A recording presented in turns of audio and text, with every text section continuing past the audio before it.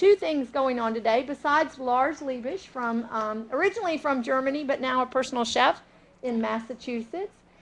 We are live. We are live streaming the class today. So if y'all want to say hey, and from now on you'll be able to, if you can't make a class, you'll be able to view it at home, either while the class is going on or we're archiving them, and you'll be able to go on and look up classes and view a class that maybe you missed. So we're just so glad to have you today. I want to welcome you. I think you're going to thoroughly enjoy Lars. I have already learned so much. I wish y'all missed it. You should have seen him with my three children. I think they can see it online, right? Oh, yep, you can see it online. So when you go home, go back and look at the class. So I always like to start with a word of prayer, so if we can do that, I'd really appreciate it. So thank you, Lord, for this beautiful day, and we just thank you for Lars and his willingness to come here and share his expertise and his knowledge with us. And we just pray your blessing on this time that we have, and we just thank you for the wonderful food, Lord, that you have given us to nourish our bodies. And we just thank you for the privilege and honor of learning even more to feed our families healthy and nourishing food. In Jesus' name, amen. All right, hit it. Yours. Thank you very much. So I think this is a good reminder for me to turn my telephone down so that it's not ringing. And I would appreciate you do this too. It's not too distracting for me, but anyway. So now, who was here last year when we had a pressure cooking class last year? Anybody who has seen that before? Oh, good, even better. So now anyway, we have different recipes this year. We do a couple more new things. So we want to talk about the pressure cooking. And if you have not used the pressure cooker so far, just a quick roundup about the concept of pressure cooking. If you cook in a regular pot, you can only go up to the temperature of boiling water, 212, 220 degree Fahrenheit. That's the maximum. Then it is already evaporated and everything, the energy goes out of the pot. Now in a pressure cooker, there is a lid in place on top of it, which is hold in place just by the way how it is attached here. Then we have a gasket built in which keeps everything tight. And now when we add more energy above the temperature of boiling water, the pressure rises. Simple physics, higher temperature, higher pressure. And so we have, with a little bit of a higher pressure and a little bit more of temperature, a much shorter cooking time. As a matter of fact, in a pressure cooker we have about 30% of your regular cooking time. So if you think of the regular cooking time of your dishes at home, you can almost cook anything in a pressure cooker which you can cook in every normal pot. Not that this is not a normal pot, but I mean in every pot which cooks without pressure, you would cook the same recipe in a pressure cooker in a third of the cooking time. Now those Fissler pressure cookers which we have here have two different stages of pressure. The low pressure is about 50% of the cooking time, and the high pressure, which is recognizable by those two white rings here, when it cooks later, we will see that when we start cooking, means only 30% of the regular cooking time. So that makes all those dishes which are usually not really on our menu anymore because they are just way too long cooking or too much work, reachable again. It makes it very easy to cook dishes in a short time out of really healthy food. We are going to use all fresh vegetables. We have a lot of interesting grains here. We will use whole grain rice later in two different ways, brown rices. And so that way we can really create dishes out of food which normally takes too long and just are kind of encouraging. I don't really want to stay so long in the kitchen. So this is not really a modern cooking tool. Pressure cooking is around for hundreds of years. It has become domestic in the kitchen in the early 1930s and 1940s. And for a long time, it was rather in the corner. A couple of people had their stories to tell about exploding pressure cookers. Now, in the modern times, you don't have this problem anymore. If we would sell a pressure cooker which can explode, guess who gets the first class action lawsuit here? Yeah? So those pressure cookers are designed in a way that even with the most force and with the dummiest way of handling, you will not be able, or anybody would be able to open it as long as there's pressure in there. So it's very safe, and I will prove this in a moment to you when we cook with that pressure cooker. So the first thing we're going to cook today is a dish out of lentils and an andouille sausage. It's a really spicy smoked sausage. We put a little bit of vegetable within and lots of fresh herbs, a little bit garlic. So let's get started with a little bit onion. And I have already some onions cut, but we will need so many that I just cut a little bit more. I diced some onion here. I already started heating up our pressure skillet. Now, if you heat up an empty pot, you should not use full energy force. Yeah? You only need the full force to bring a soup or water to boil. If you only heat up your pot or pan, 2/3 of the energy is absolutely enough. So I have this on a setting here of about 80% of the maximum energy, and we start heating it up.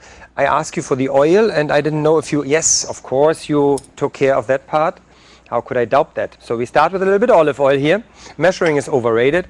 You just need a little bit to cover the coating, cover the bottom of the pan here.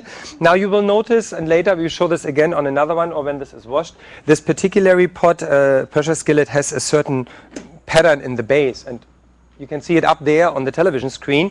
Now this takes care of a couple different things. First of all, you know, when you put in a hot pot some oil, it's always on the side. It doesn't stay in the middle. And the reason for that is simple physics. It just expands because it gets hot, and where else could it go? So it just goes to the side. In this pot we don't have that problem. It stays where you put it because the shape of the base keeps the oil everywhere evenly spread. So we have a nice thin coat everywhere in the pot. Another side effect is that it helps us to make the meat, which usually sticks in a steel pan, to detach faster. So it's easier to handle that without all the sticking in the pan. I heated that up. The oil starts slightly to steam. We don't want to wait until it really smokes. We don't want to burn that oil. Now a little word on the oil. I usually use a medium grade olive oil for cooking and frying. Buying the most expensive olive oil and heating it up means you destroy everything what is valuable in that expensive oil, because it has never been heated normally in the process of making it. And so this is why it has a high nutritional values. If you heat it up, you lose a lot of that. So it's not necessary to use the most expensive olive oil for those kind of dishes. Different story for a salad. So we just put in here our sausage, which I have actually taken off the casing a little bit and cut it a little bit smaller. So we just saute that. That means just slightly brown. We don't really need to make this dark brown. We just want to get the flavor out, and I grab a little bit garlic here. We will smash some garlic. We will add the onions. That goes fairly quick. Now the pressure cooker here also helps me to get this all very quick sauteed, because those Fizzler pressure cookers have a really heavy base. Yeah? So they are built of a very unique technology to make those bases heavy and thick. If you just want to hand this around and have a look at this, you notice that heavy base is really a vital part for the cooking process here, because it helps us to distribute the heat evenly and have the things very quick sauteed or fried, whatever choice you have. And in our little pressure skillet here, we get this very quickly going. It smells already really good. We put in the garlic and the onions.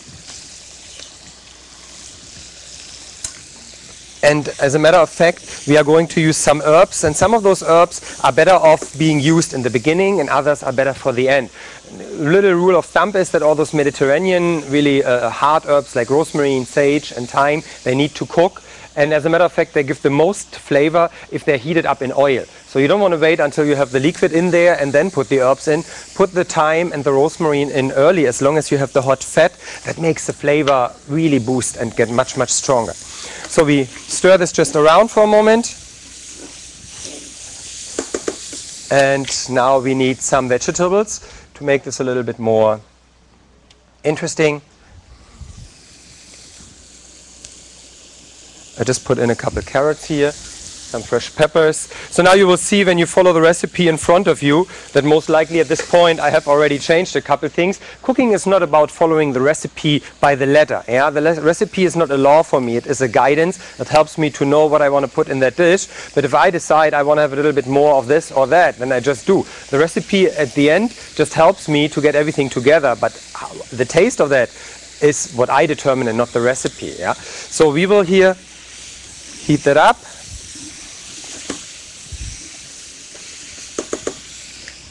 Let's get a little bit of that within, just for a lighter color, nice flavor mix.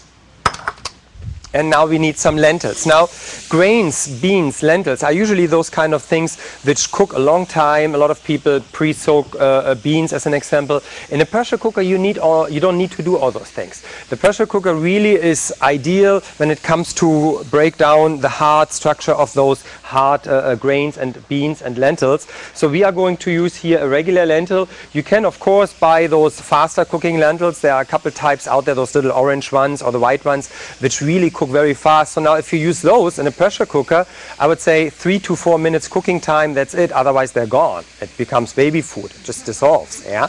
So those regular lentils, how long do you cook them normally? If you cook lentils? 25 minutes, somewhere in that area, a little bit more, a little bit longer, depending on how thick they are, what color, what type of lentils you have in a regular pot. In our pressure cooker, those lentils will need 8 to 9 minutes. I like to have them with a little bit bite, almost like al dente. They shouldn't be really soft, but that depends on what you like. If you like them softer, you just cook a minute or two longer. So now keep in mind, when you cook in a pressure cooker, that you only need a third of the cooking time. So cooking something for 3 more minutes than the recipe calls for in a pressure cooker equals cooking it almost 10 minutes longer in a regular pot. That makes a lot of a difference. It's a whole world different, yeah? So make sure when you use a pressure cooker that you do use a timer. 7, 9, 8 minutes. That really are very specific times which are hard to track just out of your back of your head, particularly if you have other things going on in the kitchen at the same time. I'm not even talking about the television running here. I'm just talking about cooking and working, right? So let's have a little bit more interesting taste here and a little bit more of the fresh herbs. I have some tarragon here as well. And this dish really gains from some fresh sage. Now here again, with that sage, as long as the fat is still hot, I'm going to put that sage in so that we get a little bit more of that flavor before we add our broth. So now you can use a chicken stock for that, you can use a beef broth for that. That just follows your own flavor and whatever you prefer. So in this case, we go for some chicken stock. And let me tell you, you're not saving anything if you buy the cheapest chicken stock out there.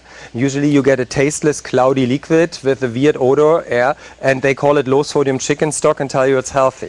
But I mean, it's supposed to make your food taste good, right? So it's the base of your dish. So if the chicken stock doesn't taste good, the whole dish will not be very flavorful. So make sure you put a dollar extra down for the good stock. And this is the base of the dish. That's why in a professional setting, we make our stocks fresh. Now that's, I obviously understand, not everybody's favor. You don't want to stay at home and cook for 3 hours a chicken stock just to be able to make in 6 minutes then that dish here, right? So let's add the chicken stock. I was waiting for that question. So this one here is an organic chicken stock. It's called Imagine. I haven't seen that brand before, but I tried the chicken stock and I thought it was really good from the taste. So, and we put in here about a cup to a cup and a half of those lentils. Now you decide at this moment how the final consistency, how the final texture is of that dish. That can be more stew-like by adding more lentils and having less liquid, or you add more liquid and not so many lentils and then you get it more soup-like. So you can actually play around with that dish and determine what kind of a texture, what kind of a dish you want to serve at the end. It can be a hearty stew or it can be a nice soup. Both is possible. So our parsley we will put at the end in, and as a matter of fact, since we used a couple pieces of celery, I also like to use the leaves of the celery and put those in. This is this kind of herbs or leaves which I use at the end to keep them green, to give the full flavor and a pretty color without cooking it too long. So if you look in this pot, there it is, really colorful, wonderful little dish. And you saw, I mean, the most time here takes the talking, it's not really the cooking, and it's pretty much done. So we close that lid now. And if you look at the recipe in front of you, you want to tell me how many minutes I'm going to cook that? What was it? 7 to 8. Here you go. Does anybody has a watch which has a good timer, or an iPhone or any other devices? So who has a watch here? There's a timer. All right, so why don't you take care of the 7 minutes and then you yell at me, because I usually like to forget those things when I cook. So 7 minutes from the moment I close that pot and we have pressure. I will show this in a moment. I'm thinking what I was just looking for. Pepper. I tell you in a moment. Bear with me. So here's another neat little trick. Yeah? Just a regular green or brown lentils. So if you use pepper out of the grinder, and this is what you want to do, you don't really want to use your grinder right over the steaming soup, because the moisture will clog up your grinder and then it gets very difficult to use it. So you put this right in your hand. That also gives you the benefit that you see how much pepper you actually put in there. You get a control over the amount here. So now we put that lid in place. I think we can have a little bit more chicken stock. You guys look hungry.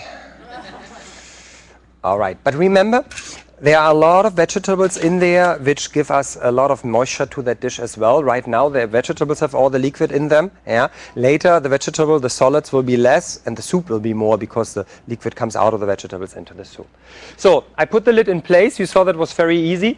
We have now here a little valve on the top. This little switch gives me the ability to choose between cooking with pressure or cooking without pressure. So by pulling this down, I lock the pot.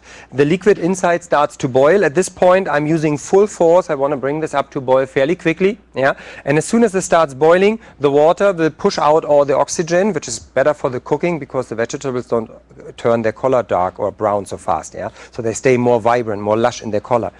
We also have then steam inside and no air. A little valve here will close automatically. I'm just explaining it to you to buy myself some time and give you an insight in how that works. At home, all you need to do is pull that button down and wait until this button pops out. Then you turn down the heat and that's it. But to understand what happens is really once it boils, steam arises, pushes out the air, then it locks, then more energy is still coming, so the steam becomes pressure and it gets hotter and hotter. And as soon as there is the maximum allowed pressure reached, a little valve inside of that lid will open up. So you don't want to wait so long. This just reminds you it's finally time to turn down the heat. What you normally do is you wait until this starts rising, and when it comes out to half or 2/3, you can actually turn down if you have an electric stove. If you have a gas stove or an induction system like I have here, which has no delay, it immediately responds to my switches of settings, then I wait until I have the full pressure and then I just turn down.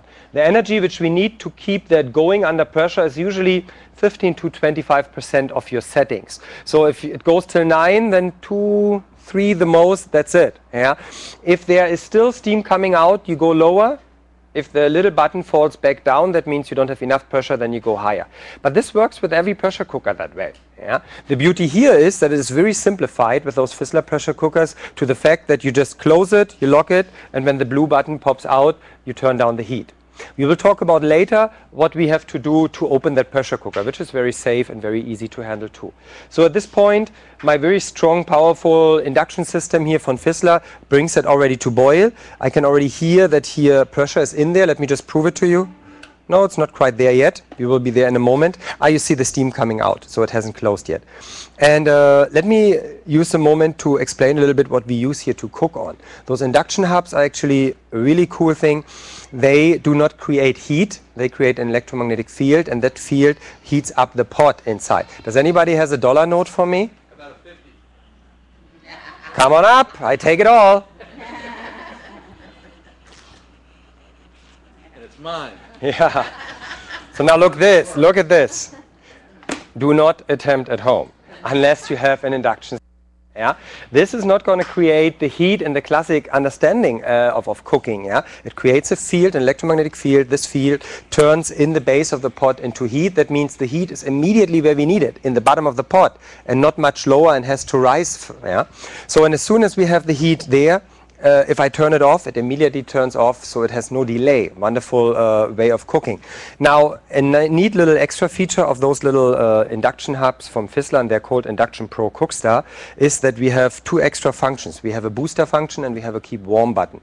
So if you want to keep food warm for an extended period of time, you just push one button and it immediately sets to 140°F to keep the food warm, and you can set a timer between 1 and 2 hours. Yeah, so you can keep the food warm for a long time. It's not boiling, it's just keeping it right at the temperature where it's not deteriorating.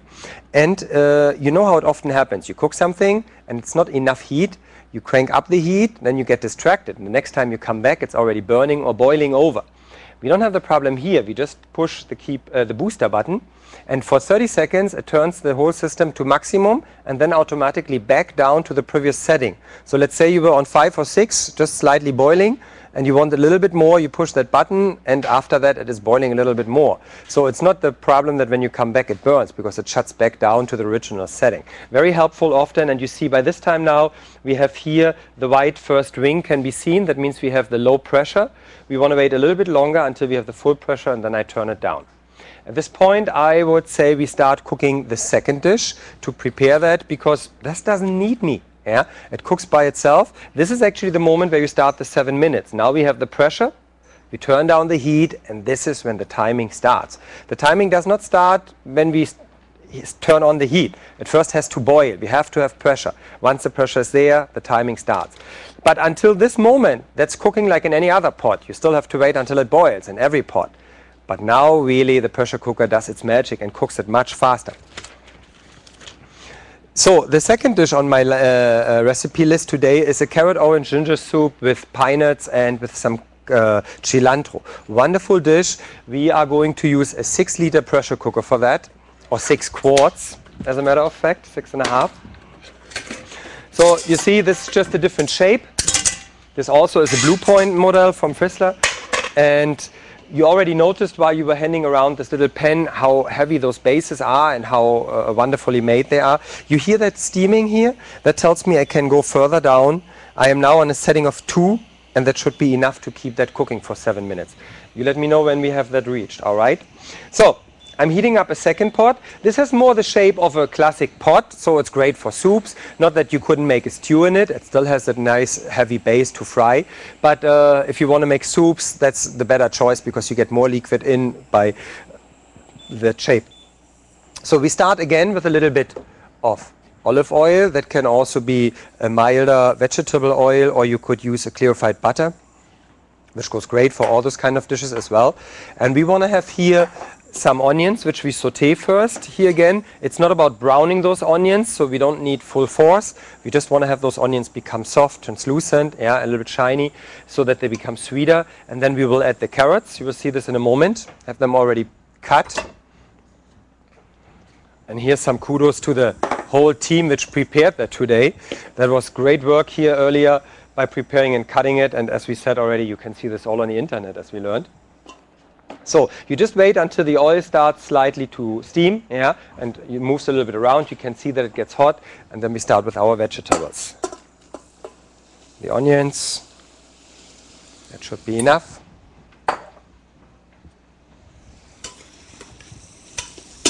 So now Frizzler has a lineup of pressure cookers and many other tools, obviously, so pots and pans, but we're talking about the pressure cookers today. And here you see only 2 options. We have the 4-quart pressure skillet. Yeah. When you see this in store, it actually comes with a little basket inside, which you can use for steaming or deep frying, then obviously without pressure, the deep frying. You have also a glass lid in that setup. Yeah, so you can use that skillet as a regular skillet, just frying some steaks. And if you just want to boil something and heat it up with a regular lid, it comes with that regular glass lid as well. So it's a wonderful set where you get everything you need. This one is a 6-quart, 6.5-quart pot. And interesting here is that it also is available as a combination of that pot with a smaller skillet, about half the size of that, 2.5 quart, and 1 lid and 1 glass lid. So you get 2 pots, which you can use interchangeable, the lids on those 2 pots, and there you basically have 4 tools out of those 2. And that's a very interesting combination as well. So I've cut here some fresh carrots. We put those carrots in there. And now the beauty here is that when you cut those carrots a little bit smaller, it obviously cooks a little bit faster.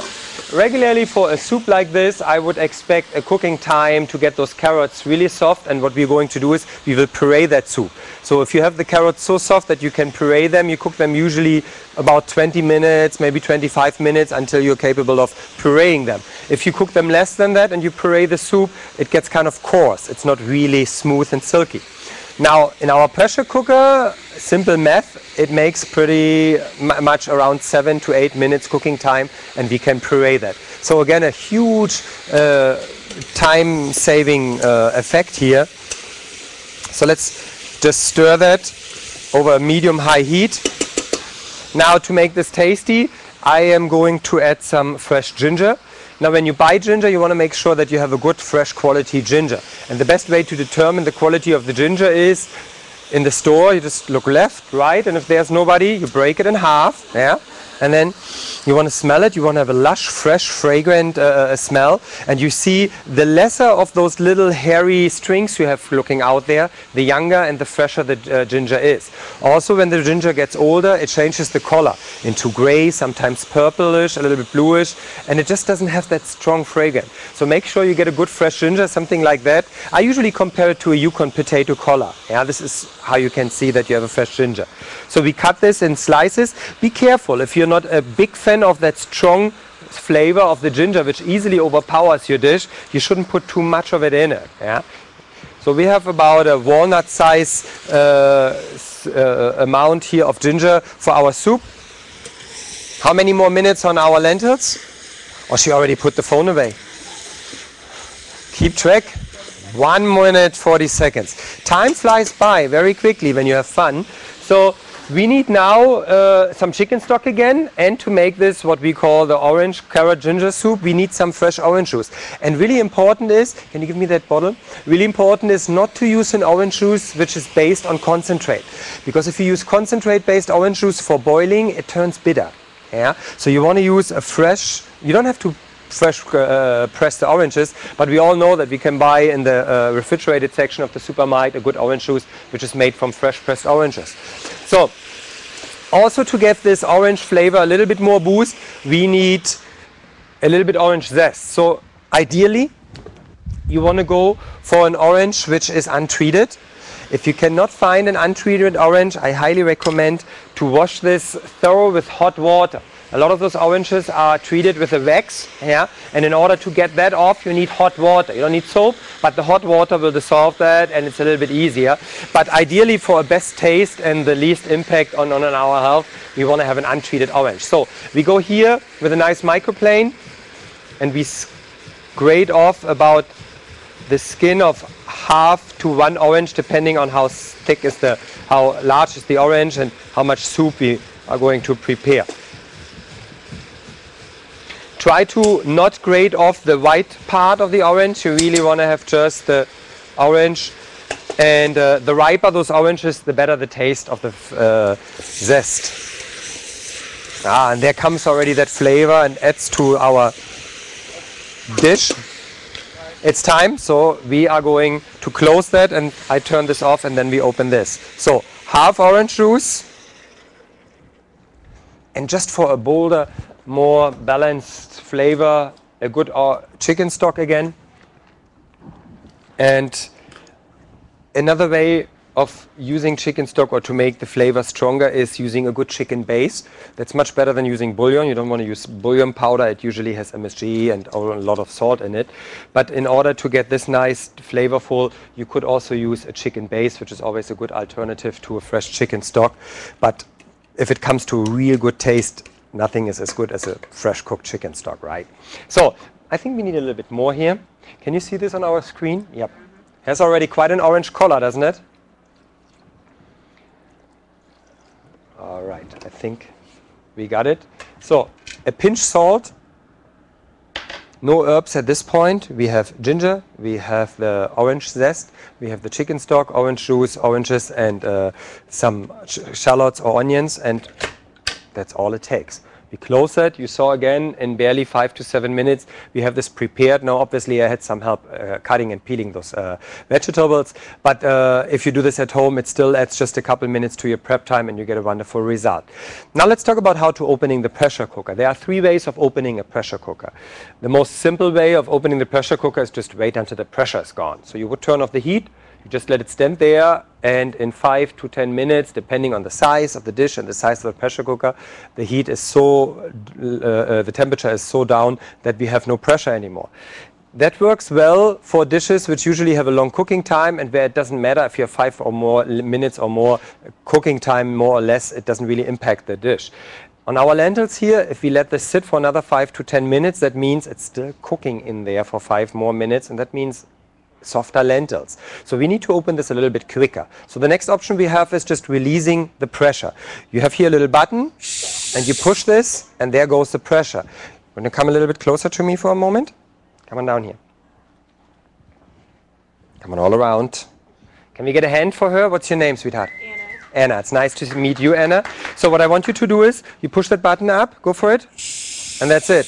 Now can you do this with your left hand? I can. So can I get your right hand? Watch this. Is that hot? No. She doesn't believe me. You want to come up here? Give me your hand. Come on, dear. Thank you so much. Come on here. Give me your hand. Give me your hand. I'm too short. I can come closer. You feel that heat? Barely, right? Yeah. Let me come closer. You see? It's not really, you burn yourself. No, you don't. That's the whole point. Whistler actually has found a way of mixing cold air with that hot steam in that handle, and that cools significantly down what comes out here. As a matter of fact, I missed the opportunity, but I will have more. I usually get a free facial here, yeah, and this is how I keep them in control. So now we have already the pressure gone. All we need to do at this point is pull the valve back for a moment and push it back up. Now I can lift the lid. There's no pressure, of course. No pressure here, right? So, and look at our dish. How does that look? Yeah? Are you hungry? Here's the 50 bucks, still there. Do you really need them back? Fresh pressed. Look at this, like a new one. Now this is magic, right? So, we are going to finish that just with some fresh chopped parsley, and you saw me in the beginning when I did this. So this is all we add. I have here a little bit more of the fresh tarragon. Oh. Dream on. So now we need, actually, do you have bowls or do we have only, yeah, can I get the bowls? Yeah, this is better for that. So why don't we do the following? I just give you that whole dish and you start ladling it over there and hand it out. The only thing I want to do before we do that is, I would like to find out how it tastes. Where do we have the plates, the utensils? I forgot asking that. Here, I remember, I found them.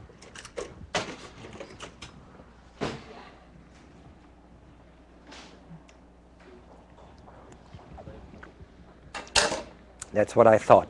A little bit more pepper. Now you always want to choose a fresh ground pepper over the ground pepper you buy. The ground pepper you buy usually overpowers everything with its strong flavor. Fresh ground pepper, you set the grinder on a coarse setting and you get those flavor bursts when you eat it. It's much nicer. And we have a little bit more of that fresh parsley since we have so much of it.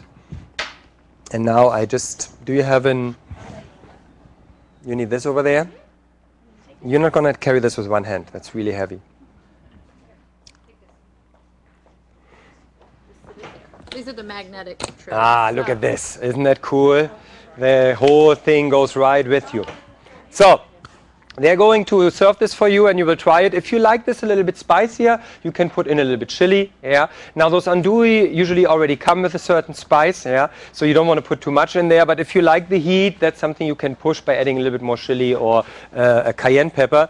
There are a couple more herbs we could use for that. And I think you can be a little bit more generous. She has a really tiny ladle there. Come on, they want to really taste that. Not just one spoon. That's enough. I don't want to have any leftovers here, right? You earned it. All right. Any questions so far? Go ahead. The wing has like two because I put a pressure cooker and it's Sherman, but it's not this one. This is better. Ah, can you say this loud, the last part of the sentence? This is better, and mine is pretty good. So, it took me a while to find it here. So we have here two rings, and the first ring shows you the low pressure setting. I usually use that when I prepare a dish which has without pressure cooking, a cooking time below 15 minutes. So any kind of vegetables which only need like 10-12 minutes to your flavor, to your favor consistency, then you would not want to use full pressure because it's really tricky to cook something in a pressure cooker with a cooking time of 2.5 minutes or 3 minutes, something like that. So then using the lower level expands that to about 50% of the regular cooking time, which is still very quick, and it preserves even more of the valuable nutrients, vitamins and color of the dish. And so using the lower pressure is good for those kind of dishes where you really don't want to have too quick overcook everything. So if you recognize, as an example, you have a dish which you cook a couple more times and it's always tough to not overcook it, change down to lower pressure. Just cook it with less pressure. And the way you achieve that is just turning off the heat the moment you reach the first level. Unless you have like what kind of a stove you have at home? Gas, electric? Electric? So those old heavy iron plates or glass ceramic? So this one. So they usually have a little bit delay. So you want to turn off before you come to the first line. So as soon the pressure starts building up and you see the white line just barely coming out, then you already want to turn down the heat and want to keep lowest setting, I would say 1, setting 1. It depends on how much you have, yeah? How many different choices you have. For those 7 minutes? Yeah, Okay. yeah. And that 7 minutes would equal a regular cooking time of 14 minutes in a regular pot, yeah? So it's half the cooking time with level 1. If you cook this with level 2, then you would have to play around 3.5 to 4 minutes to get the same result, which can be tricky. Because I let it go up. If you always let it go up to the maximum, then you have the shortest possible cooking time, which is good, but you have to turn down the heat. And if you go for full force with a dish which goes so quick, I would turn off the heat completely the moment you have reached the full pressure. Because the residual heat in the bottom of the pot is enough to keep this under pressure for 4 minutes, definitely. And unless you have like really, really little water in the pot. Yeah. I leave my lentils 5 minutes, but because I put it in the high. Full pressure, 5 minutes, yeah. I lower it, but I never turn it off. Mm-hmm. So, But you see, if you eat those lentils, how do you like the dish in the first place? I didn't hear you. How do you like that dish? Ah, remember the whole wide world web is going to listen to you right now. So you got to be a little, speak up here, all right? So we have reached here the low pressure level. Did you notice? We have the first white ring. We wait a little bit longer because for that soup I want to have full pressure. The carrots can be quickly cooked throughout, and I want to get them soft so that I get a nice silky soup and I puree that.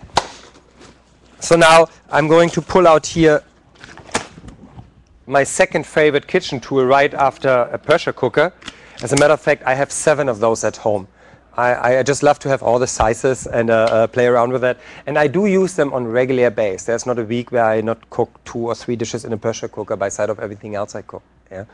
So we are going to blend that soup. We want to have a nice, well-blended soup. And I'm just a big fan of those immerse blenders, those stick blenders. It makes everything so much easier. You have less dishes to be done. It doesn't need to build the whole tabletop blender. You don't have to ladle it back and forth. Yeah, everything stays right in the pot. Even though this is a metal tip here on the bottom, you can easily put this in there. You have a nice stainless steel material. The worst that could happen is that you get a visible little scratch, but this is not like a scratch which scratches the surface, you just see it. And if you don't want to have that, just make sure that you don't dump this on the bottom of the pot. You can always hold it up a little bit and it works wonderful. Yeah. So you are so busy eating, I cannot ask you about the timing anymore. So that's the wrong direction. So let's set here our 7 minutes timer.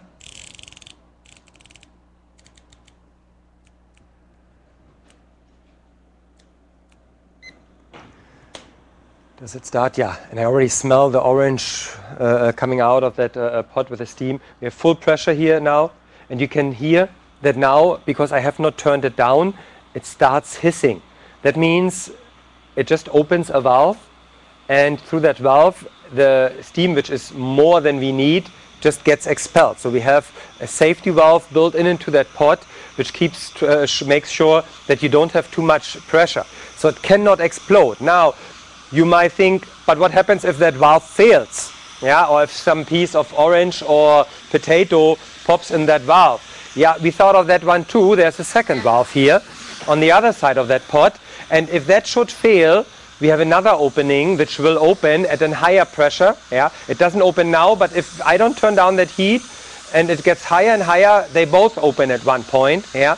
And even if they both fail, and it takes a lot to make them both fail, there's a third level of security built into that pot. You see this corner here? This is where the gasket will push out if you still ignore that, and then all the liquid comes just out. That's the same like if you cook a regular pot and you ignore it and you push the heat so high that everything boils over. That's the same which what happens here. But under no circumstances this pot would explode or harm you. I can really assure you, and you see how it happens here, how safe and simple the use of those pressure cookers is, or are. Now, as soon as the right pressure is there, and right now I just turned down the heat, and you can hear it already gets down in the pressure. Once you have the right pressure, you basically don't hear any hissing, you don't hear any noises. It shouldn't drop, it doesn't do anything but just staying there. And unless you touch it to feel that it's hot, you wouldn't even notice that it's hot and boiling. You had a question, ma'am. What was it? Are all pressure cookers level 1 1 and level 2, 8 psi and 15? There is a certain requirement here. In America, the pressure cookers are all set to a maximum pressure of 15 psi. It doesn't go bigger, higher, yeah, for safety reasons. As a matter of fact, in Europe, the pressure cooker are higher set. So we have different valves for the American market for that than we have for the European market and other countries in the world. But here it is limited to 15 psi, which is more than enough. Yeah, you saw it. And they pretty much all work in that range. Now, sometimes you find a pressure cooker recipe telling you cook at 15 psi and not saying at high pressure. This equals the full pressure in this pressure cooker as well. Yeah. But not all pressure cookers actually show or determine different levels. Some of them have just pressure or no pressure. Yeah. Now the difference between those Fissler pressure cookers and many others in the markets are obviously often comparable to the size or the way how they're built, is that you have much thicker material in the body. You have much thicker bases with a very unique way of making those pots and pans, those bases under them. And so you have a very even heat distribution, a very long residual heat, because they take up the heat very fast, but they keep it for a long time. Yeah. So, and the very simple way of cleaning those pressure cookers makes them also appealing. All you need to do is you grab the lid and you rinse with hot soapy water right through the valves here. And then you just wash up the whole pressure lid with soapy water, and that's it. Yeah. I wouldn't put the gaskets and the rubber parts in a dishwasher because they all suffer. And regardless which manufacturer is out there, if you put plastic or rubber gaskets in a dishwasher, they all suffer over time. So, 3 more minutes for the soup and then it's done. So let's get started with our next dish. And our next dish is going to be, let's see in which order they put them here for you. The pasta Alfredo. No, that's not our next dish. Our next dish is the next page. We are starting with the brown rice with fresh vegetables. And I'm going to take for this, I guess I have to take the largest we have here. Now this is an 8-quart pressure cooker. So if you cook for a big family, or if your husband is hunting, then you need this one. Yeah, and we have one more in line. This is the 10-quart. You see it over there. This is like the real big one. Yeah, and now one things of the pressure with the pressure cooking is that the particular shape and the pressure, which is everywhere the same in the cooker, gives you the ability to cook on different levels, different ingredients for your dish at the same time. So you notice that when I open those pressure cookers, I always take out those insets. We have this perforated inset and this trivet here. So what you can do is you can put on the bottom water, and on top of this, as an example, you can have a custard, or what I do is bread pudding in a pressure cooker, 16 minutes cooking time. How long is your bread pudding in the oven? Who makes bread pudding? You don't make bread? Oh, one body. So 45 minutes, 50 minutes, an hour the most.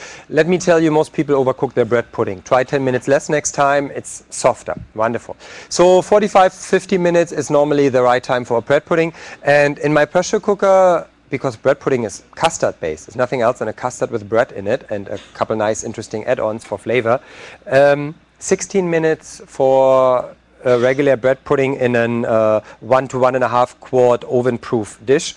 I just put aluminum foil on it, put it right on top, and close the lid. 16 minutes later, when I take it out, I have this wonderful bread pudding. It goes very nicely, and so you can also have the meat dish on the bottom and put the vegetable on top in the second layer. Yeah. So cooking in different ingredients at the same time in the pot gives us also here a different possibility with the pressure cooker. And one different additional side effect is that by cooking with a pressure cooker, you don't have so much of the smell in the house. A lot of dishes really make your whole house smelling a lot from the food. Think of cabbages or think of certain soups where you have really the whole house smelling of it. Once you have that lid in place, there's barely any smell coming out. So maybe in the beginning when you saute or fry the meat first, you still get that smell. But as soon as you put this in place, you don't have that strong smell anymore in the house. So that's really helpful too. And we bought ourselves another minute here. So let's see, it's almost done, the soup. So let's get started with the next dish. I want to go now for another rice. I have another wonderful rice here. So you have a wonderful lineup of whole grain and dark rices here. We already use this brown rice, whole grain with the skin on. You see that? We are going to use this later for our rice pudding. For now, I want to use this one. Did you? Ah, here. Sorry. Sorry, I ran out of the picture. So we have here another rice, which is a nice blend of different wild and then brown rice corns, and they are not treated. It's not parboiled. So this is this kind of a rice where you could expect 50 minutes cooking time, up to an hour if you want to get it really soft. Yeah, in a regular pot. Peep, peep, peep. That's our soup. So let's just turn the heat off and wait a moment here until we open this, just to get a little bit of the pressure out. So let's get started heating up our pot. You all saw the recipe of the brown rice with the fresh vegetables? It's right in front of you. So what we want to do here is, in the beginning, we want to saute a little bit of the vegetable, and we want to saute the rice corn to coat the rice grains with a little bit fat. Again, here you can use butter for that, or you can use an olive oil. And the butter makes it a little bit sweeter and a little bit richer in the taste. The olive oil is a little bit bolder, whatever you like. Yeah, both do pretty much the same result for cooking, but just a different flavor. So let's go for the olive oil. You don't want to be too shy, but I don't measure this by 1 or 2 tablespoons. It is a nice coat on the bottom of the pan, and that will do the job. So we wait until this is hot. I have here some shallots. So now I like, usually when I make a rice or risotto type of a dish, to cut the vegetable rather small, to have everything in a texture and a look which matches the small rice corn. I don't want to have really chunky pieces of vegetable and then the small rice corn. It wouldn't look so pretty on a plate later when we serve this. So it's getting already hot. It takes a moment longer. So let's use that moment here to open the other pressure cooker. Your turn. Come on down here, or up for that matter. Just want to make sure we have here no fear and reservations towards our wonderful pressure cookers. Do that? Now that's my time. See that? So much for danger. Yeah. I know, isn't that great? Thank you for pointing it out. Now I hear a lot of people telling me that their moms were cooking with a pressure cooker back in the 60s or so, and what I usually get is the story like, and she always said, stay out of the kitchen, kids, stay out of the kitchen, I use the pressure cooker. No need for that nowadays, yeah. I have an almost 5-year-old daughter at home. She loves to be in the kitchen when I'm cooking, and I have a 7-month in the house who just don't want to be alone, yeah. So he wants to stay and see everything. They are in the kitchen when I'm cooking all the time, and that's totally safe and normal. Using those pressure cookers around kids, absolutely, but make sure they're not touching the hot pot, obviously, no. Don't have to make you sign a disclaimer now here. So once all the pressure is gone, you will notice that you can actually, when you pull that button, push it further up. Right now you cannot. As a matter of fact, let's just make a little test. Would you try to open that pressure cooker? More force. Can you not do it? No. Because it's still locked. There's still pressure in there. So we take care of the fact that even if you try forcefully, that you cannot open it as long as there's pressure. Now it's open. You want to open? Let me give you another little, yeah, go for it. Let me give you a tip. You don't want to lift that hand. You want to put it down. Okay. So that way, the first gush of steam actually goes away from your hand, because this is not cooled down. That comes right at your hand if you lift the lid. The other option is doing it in this direction. Yeah, okay. And that's pretty much it. Thank you very much. Can we get a hand for her? Good job. Stay with me. So now, the carrots. Can we see the carrots? You see the wonderful color still there. So we're putting in that blender. Remember, don't pull it out when it's still on. Yeah, you want to keep this inside here. You get the orange soup everywhere. So here's a little tip. If you have a tabletop blender and you don't buy or you don't find a good hand blender like I have, there's no need of putting the whole soup into the tabletop blender. Grab a slotted spoon and only put the solids into the blender and a little bit liquid. That's all you need to puree, and then you put it back in the soup. You might be even able to get away with one batch and don't have to ladle back and forth constantly the whole soup. So if your soup is too thick, You just put in a little bit more orange juice or a little bit more chicken stock, whatever you like at this point.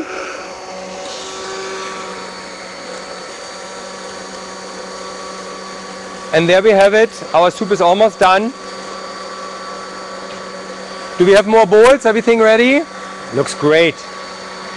Can we have a hand for the team? It wouldn't be possible to do all that work here alone. Very good. So, if you're not certain, just leave it in 30 more seconds. You want to make sure this is nice, smooth, silky. So, if it is rather hot outside, I like this more refreshing. I use more orange juice. In the winter, when it's cold, I like it more hearty. Then I put in rather more beef stock or chicken stock. Yeah, the chicken stock is a better choice over beef stock here. It's a bright soup. But we are not done with that soup. There comes a little bit more. Before we started here today, I already spent some time with a lot of help to fillet those oranges. So we actually cut with knives the skin completely off and cut out the supremes of the oranges. I have that here. There's also obviously a good amount of orange juice within there from those fresh oranges. That also will make our soup a little bit thinner. You don't want to boil that. If you boil that, you would completely dissolve those oranges. They are very delicate at this point. There's no skin on them anymore. So we just put them in the moment before we serve them. Where do we have the ladles? Can I get one here to stir that? Thank you very much. Let's make this a little bit more interesting. So there are a couple different fresh herbs at this point which you could use for that soup. Basil goes great, parsley goes wonderful, but the biggest kick I think is using cilantro. That really gives it a wonderful, bold, different taste. So now you decide what kind of a flavor you expect or you want from that soup. There's certainly the flexibility. We are going to have the cilantro. It's already over here. I just need to chop it a little bit finer. So at this point I put in here the oranges. Avoid a lot of stirring at this point. You don't want to make those oranges fall apart completely. And then we have here some fresh cilantro. Don't be too generous with that cilantro. It's a very dominant herb. It has a very strong fragrant and flavor. It's almost perfume-like, you know. So if you put too much of it in, it could completely overkill everything else. This is one of those herbs which I chop not so fine, rather coarse. Most other herbs I prefer to chop finer. And there it is. Can you see the soup? Wonderful. Now to give it the last kick and a little bit more texture when you eat that, I put some fresh toasted pine nuts in. Keep in mind when you toast nuts or almonds or pine nuts, there's no fat needed, just a hot pan and then for a couple minutes toasting them. My recommendation is don't put the pine nuts into a cold pan and wait, because by the time you lose the patience and you walk away, that's exactly the moment when they will burn. So if you heat up the pan first over medium heat, and that is already hot, now you put in the pine nuts, you get almost immediate result. Yeah? And once they're done, they have to come out of that pan immediately, because the residual heat of that pan would burn them. If you just simply think you shut off the heat and walk away, it doesn't work that way. So can I ask you, when you serve that, to put a little bit of those pine nuts on top so that it looks prettier, and one more time the fancy, there it is. Yeah, that's heavy. As a matter of fact, please stay with me for a moment. I gotta make sure you like that soup, don't you?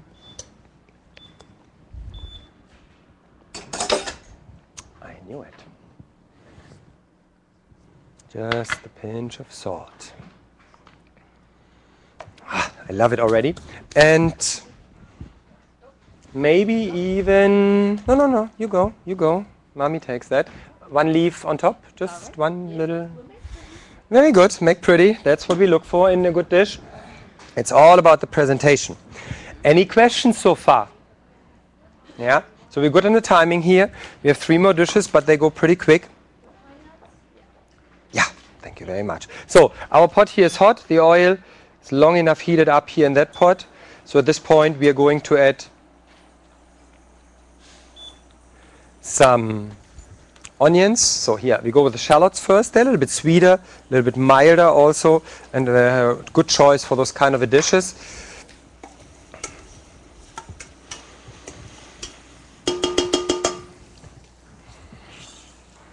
So we don't need that. So here again I want to use a little bit fresh sage for that dish and some fresh thyme. So I'm just cutting some fresh herbs. And now depending on what kind of a consistency you expect from that dish, if you want to have it rather creamy or rather loose. When you want to have it rather loose, it makes sense to wash the rice first to get the starch off the surface. There's not much point in washing a whole grain brown dark rice on skin because there's barely any starch on the outside. Yeah? But if you have a rice which is a rather white corn, and where did we put it? It was just here, didn't we? Here, sorry. And there is more starch on it, it makes sense to quickly wash that. If you want to have it rather creamy like a risotto dish, you definitely do not want to do this. Then you would lose that effect. So as soon as our shallots start to become a little bit translucent, not really brown, we put in some root vegetables. So I have some pieces of celery here. I usually prefer a white celery root, the celeriac, for that, for its sweetness. It's wonderful for those kind of dishes, but we couldn't get any. So another way what you can do is, you know how we often cut off the green tops from the celery and toss just simply the rest into the trash? You can actually, if you just peel off a little bit of that hard skin from the bottom up, use those broccoli stems, cut them a little bit smaller and put those right into that dish.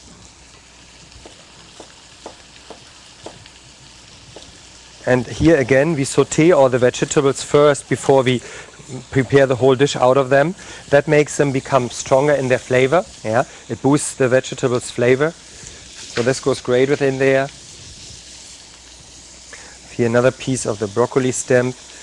To the bottom the skin gets really hard, so it makes sense to peel some of it off. But on the top, right below the florets, actually you don't even need to peel it because the stems are so soft that it is no need to peel that. So any kind of roots go great here. The carrots, even parsnips or some turnip, or what also would go nicely at this time of the year is some butternut squash. Yeah, can go in there very nicely. And so you see we get already that wonderful flavor of all those sauteed herbs and vegetables. So I'm adding a little bit fresh thyme. I'm adding again a little bit fresh of the sage. And there comes that strong flavor. Do you like that soup? It looks like it. Everybody is... That's a moment where you need another camera actually for the crowd here. You see that? Yeah, excellent. So we also will use a little bit garlic.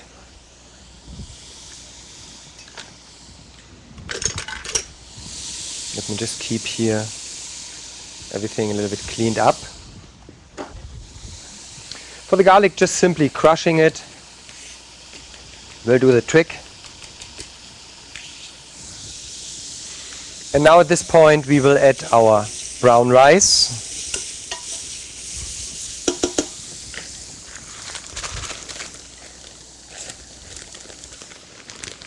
And the rule of thumb for rice in a pressure cooker, like in any other dish, is about 1 part rice, 2 parts water. In a pressure cooker usually we use a little bit less water than in a regular pot because it doesn't evaporate. But on the other hand, the wild rice and the brown rice types need much more time to cook and they absorb a little bit more water, so it is okay to have a little bit more water in there. So we still stick to the ratio of 1 to 2 and that works just fine. Can you smell what I can smell here already? No?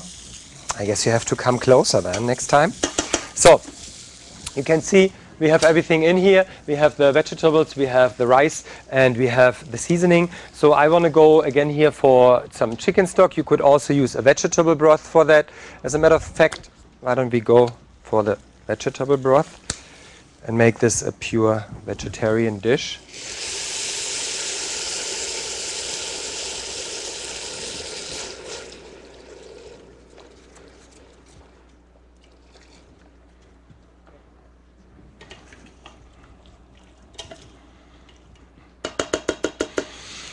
So if you put a little bit more liquid in one more time, it will become a little bit more creamy and a little bit more soupy-like. If you have less liquid, it becomes rather a dry, loose dish. But if you prefer that dry, loose character of the dish, then I would really recommend to quickly rinse the rice before you put it into the pressure cooker.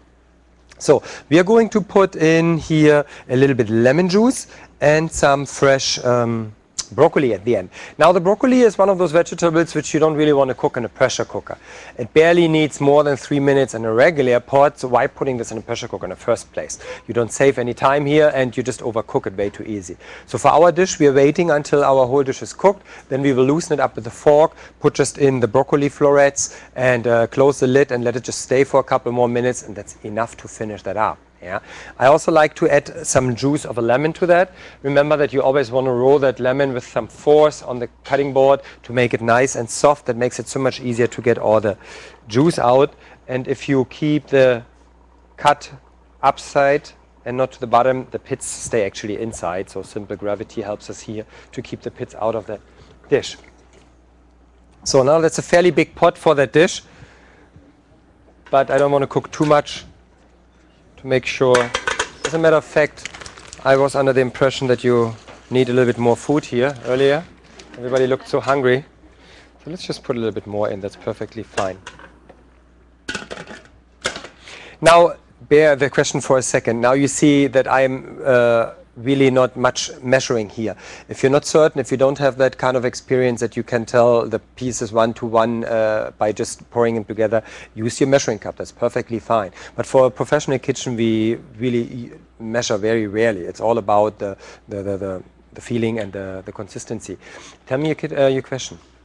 On the carrot soup, could you use squash instead of carrot? Great idea. Yes, of course. You could mix half carrots and half squash, or a pumpkin even. Yeah, you can make that same soup with a pumpkin, with a butternut squash. You can blend those two in each in every possible ratio. That works great. Goes great. The ginger picks all of those flavors wonderful and makes it a good soup. Yeah, that's a good idea. I did this too. You can also do the same soup with carrots or with pumpkin or butternut squash and with apple juice instead of the orange juice, and then just skip the orange fillets, the orange segments completely, and make it an apple pumpkin soup as an example. Or you use cider. I wouldn't go for apple juice. Use a cider. It's even better. Yeah. So that's a great opportunity too to make this dish interesting.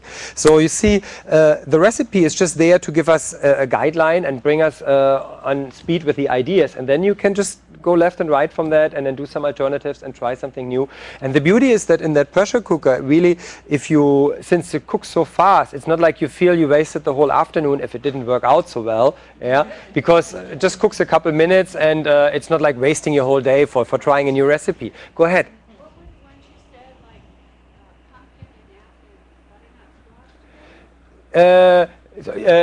You can use pumpkin or butternut squash. Better is a little bit the butternut squash. Yeah. So you could use a carrot, butternut squash, and apple is a great mix.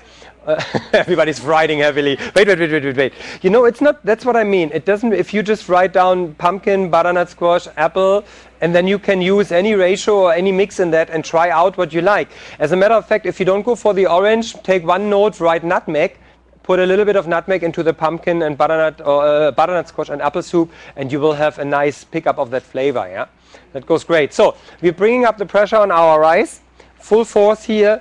We are going for. I'm shooting here for about 15 minutes on that rice corn. What does the recipe say? Did you look for it? Maintain high pressure. 15 minutes. Here you go. Yeah. So we will push this up to 15 minutes. As a matter of fact, I will put it here on another burner so that I can use those as soon as we have pressure, and then we go from there. All right. Can I count on your timer again? Good job. You said 15 minutes? By the time we have the full pressure, it takes a little bit longer, please. Thank you very much. So now another dish which takes a little bit more time is obviously a rice pudding. And rice pudding is just a lovely thing. I'm a big fan of rice puddings, but if you just cook a regular rice pudding out of a white rice, it quickly gets old. It quickly gets boring. It's nothing special. It's just sweet, yeah. And exploring some new flavors is here a good idea. And what we have here today is a brown rice, still with the skin on. And what I've already done, you can see this here, I have already cook this in a pressure cooker for 10 minutes just with water and a little bit butter. You see the recipe, it tells you that. You can cook that right straight with milk from the beginning, yeah, but then the milk curdles a lot, and you might end up with a burning on the bottom if you if the temperature is too high. So you're actually better off just really pre-cooking this. A regular cooking time for that rice is 50 minutes to get it crunchy, firm. It's not really soft yet. So if you want to make this to a creamy rice pudding consistency, you need to cook even longer. So we are pretty quick here by cooking it first 10 minutes just with water and a pinch of salt and a little bit butter. And after that, in the second step, we are going to put this with a little bit butter in the pot and put milk on. Again, the ratio 1 to 2 for 2 times. So we have 1 to 2 rice and water, and now 1 part cooked rice and 2 parts milk in the second step. So I have the pressure. You can start the 15 minutes. I turn that off. 15, 1-5. Yep, thank you very much. I put this right over here on our third burner. We are lucky we have so many of them, right? You have to get at least one. So now let's get started here. We will put a little bit butter in there.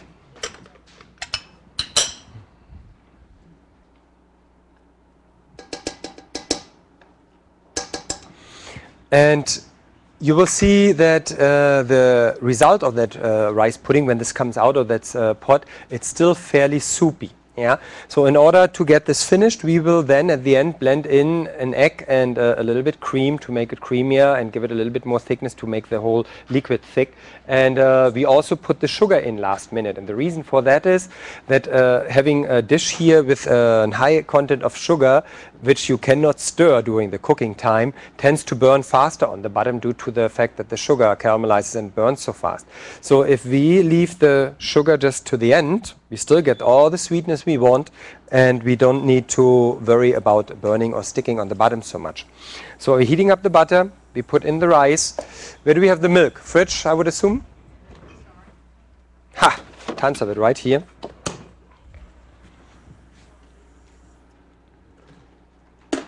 And last but not least, the next dish. Can I get that 6-quart pressure cooker back? We should be done by now with that. Thank you very much. So this is what we're going to use in a moment for our next dish, which is the pasta Alfredo. We're going to make this pasta Alfredo at the last dish because that really goes tremendously fast. If you have a quick look at this recipe, you will see that we have only 4 minutes, 5 minutes the most cooking time, depending on the type of pasta or noodle you use. Now, this is not a dish where you would use like a spaghetti or an angel hair or fresh pasta. We're talking about the broad pasta, which has a certain cooking time of usually more than 10 minutes, 10 to 12 minutes regular cooking time. This cuts down in a pressure cooker to 3-4 minutes cooking time, and then we have the whole dish done fairly quickly. That goes wonderful.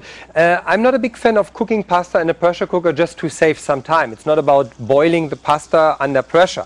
That's not a good choice. But if we have the sauce and the pasta all together in that pot, then we really save a lot of time, and all in once gets pretty quick done. As a matter of fact, you have to grate the cheese up front because it goes so fast that you don't have the time grating the cheese anymore. So we heated up some butter, and where is the vanilla? There it is. So these are about 2.5 cups of rice, which we cooked up front. I don't think you will, who knows, it's rice pudding, everybody eats rice pudding. Let's just finish it up. So if we have 2.5 cups of rice, we need about 5 cups of the milk.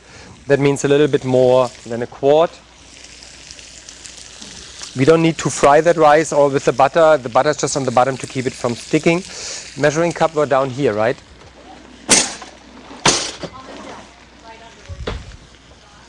Yeah, that's what it was.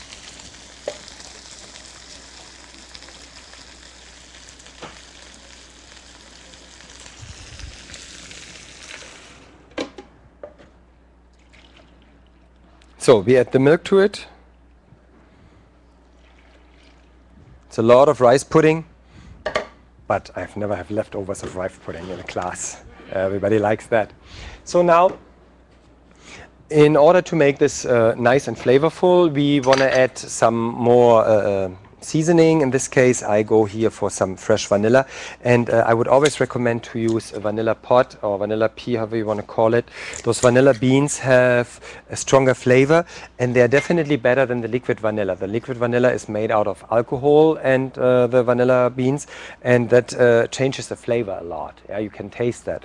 So when you buy a vanilla bean like this, make sure it is not hard. So when you buy it, you want to just shake that little jar and see how that sounds. If that sounds like a piece of wood in there, then it's most likely so hard that you cannot cut it. Because we need to cut this now. So you just want to use a small knife, and you put this right at the edge of the cutting board, finger on top, and with the tip of the knife. Thank you. Just got to make sure that I don't cut this into the garlic flavor here. So let's stick right to the edge of the cutting board. And now with the tip of the knife, can you see that? Yeah. We cut this in half, and this is how we get all the flavor out there, because the flavor sits in those wonderful little black dots, that mark which is in the center of the vanilla bean. And this is what we want to scrape out here. And together with that bean, we put everything, really everything, don't miss anything out of it, and into the dish. And another flavor you could add is a little bit of lemon or orange zest, just to give it a little bit more flavor. I just go for a little bit, very little of that orange zest here. You don't find this in the recipe. Everybody's busy writing immediately. I cannot keep that. What did he say? Tell me about it. Attention deficit everywhere. So we just bring this to boil. We put the lid on it. And that's pretty much it, yeah? So we give this 10 minutes cooking time. Let me just check if the other pressure cooker is still on high pressure. Guess we have to lift it a little bit. So now I crank this up, full force, yeah, bring this to boil. And if you have a large amount and it tends to stick on the bottom, you might better off just bringing it to boil with 2/3. It will still boil, it just takes a minute longer to start to boil. So you lose a minute, but you are safe that it doesn't stick on the bottom. Also another thing, if you have a large amount of bread pudding, a large amount of rice pudding like we do here, then what you can do in the middle of the process, every once in a while, grab the whole pot and twirl this around a little bit so that you get a little bit the effect of stirring. But remember, once we have the pressure, we're turning down the heat, and the heat on the bottom is fairly low at this point. It just keeps the pressure, it's just a little bit above boiling temperature, and that's all we need. Yeah. So we bring this up to pressure, and as soon as we have that cooking, it calls for 10 minutes, right? That's what the recipe says. So we need a little bit more time to do so. And did we get the other pot already back here? Ah, there it is.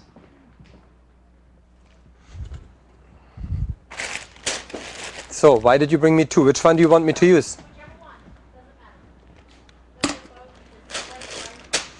So we have organic brown rice pasta. There's only one timer on this. You have only one timer on that? That's okay. You know, the funny thing is I have a timer in my oven here. Okay. Or in my stove top, cooktop. All I need to do is, as soon as I have the pressure, I can turn on a timer and then it stops cooking. And that's the beauty of using those electronic regulated devices, those electronic appliances. They have a built-in timer. You can set the time and it turns off. No gas stove turns off after 15 minutes. It doesn't matter how much timer you set. Yeah, it doesn't have that opportunity.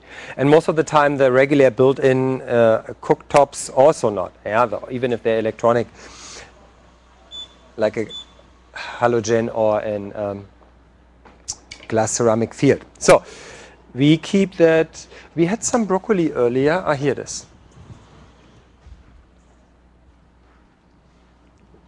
So now obviously, since we are only going to steam that broccoli in that rice which is already finished, make sure that you make those florets nice and small so that they really cook fast through before that rice cools down. We have that here. We just wipe this off here a little bit, and then we start with our last dish, which is the pasta. So, as I said earlier, you want to have a pasta which is a rather broad shape, something like a penne or rigatoni. Yeah, you can use whole grain, like those brown colored pastas. They're also great. And so we are going to use the penne. Yeah, that's a wonderful choice. So we want to start with a little bit olive oil and again the shallots. You see, I'm a big fan of those shallots when it comes to bright sauces, to bright dishes. Yeah, in darker dishes I usually prefer the darker, the stronger onions. No, so let's grab the oil and the shallots. So we heat them, the oil. Now the interesting part here is that we put the dry pasta into the pressure cooker and we add the same amount of stock, of liquid. So if you have 1 cup pasta, you need 1 cup chicken stock. This is not enough for the sauce. This is just enough to cook that pasta. Yeah? And since the steam is everywhere in that pot, even if the pasta is not covered in that liquid, it will cook perfectly. That's perfectly fine. So you're not losing anything. Everything stays in that pot. We will just, once we open that pot, add the cream. If you put the cream in from the beginning, it will curdle. So you get a very odd look of the whole dish. And so what we do is we will add the cream after we open that. And it's again the same amount. So you go for 1 cup pasta, 1 cup chicken stock, and then at the end 1 cup light cream. Or if you really want to push the luck and have the great taste and flavor, really rich, then you go for a heavy cream. You can do that. Yeah. So and then we will add the cheese at the last moment and just stir it in, and there we have it. It goes very quick, very simple.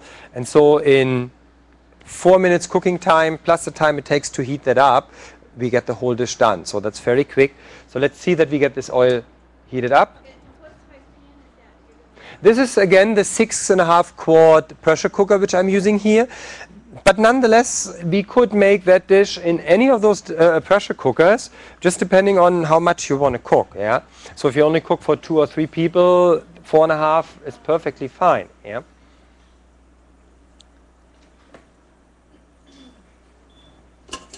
So this is hot. We put in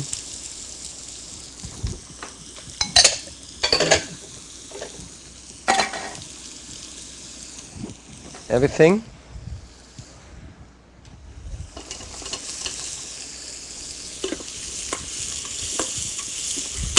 Don't wait until this is brown. Yeah, you don't want to have this too hot and too long. So what did you tell me? How many cups did you measure is in that bag? There's Susie. It's gone.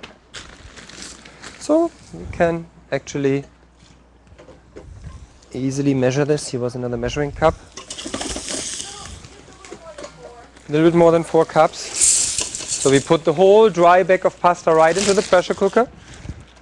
And now we put 4 cups of chicken stock in there, which is basically a whole box. That's a lot of pasta here at the end. Yeah, you will be sated here today. Promised.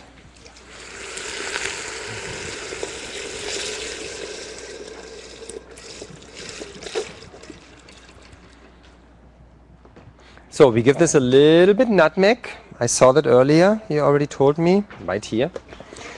The nutmeg just picks up the flavor and makes it a little bit more interesting.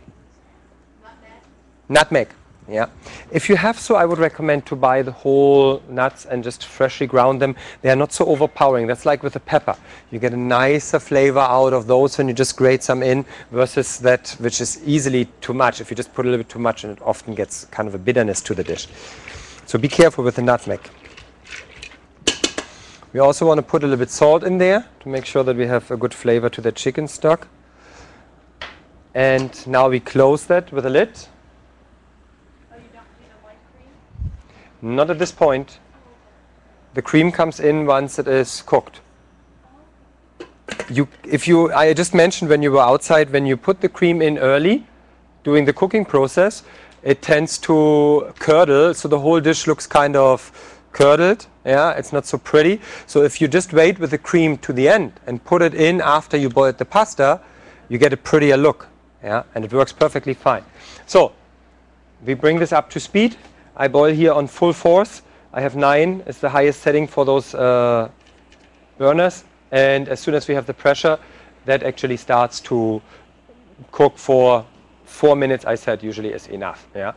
And we have a wonderful cheese which we use here today. Why don't you want to come up through here and want to tell us a little bit about the great cheese you have here? I tried this earlier and I really liked it, and we decided to put it into the pasta Alfredo, I normally go for Parmesan, but you can also blend different types of cheese in there, and that can significantly change the flavor of that whole dish. And Sue has this wonderful cheese here. Why don't you tell us about it? We have a whole line. I don't know if y'all checked out our raw milk cheddar cheeses and a line of yogurt cheeses and different flavors. This one particularly is garden vegetable. We have a sun-dried tomato, a peppercorn and chive, which is great in mashed potatoes. Or we have just the regular raw milk cheddar. We have the baby Swiss. You know, and the good thing about eating raw milk cheeses is it's not pasteurized milks. That pasteurization destroys the enzymes, and that's what makes make you form mucus when you're eating the dairy products. Raw milk products don't do that because it has the enzymes still intact that help you digest it. So that's good why stuff. we recommend. So we already grated it here earlier. So we have here some Parmesan and some of that raw milk cheddar cheese. We will use half and half and make this cheese, make this whole dish a little bit more flavorful that way. But you can choose all kinds of cheeses you want, and this is just one flavor which is possible. I also have here fresh chopped parsley for the end, and we are going to put in a little bit of the tarragon as well to give that dish really a nice flavor. I'm a big fan of those fresh herbs, so that makes all the difference to the dish. I'm chopping already a little bit of that fresh. So the timer for 15 minutes. So that means that our brown rice with the vegetable has come to readiness here. So let's have a look at it. Do we have more of those here? There. Thank you very much.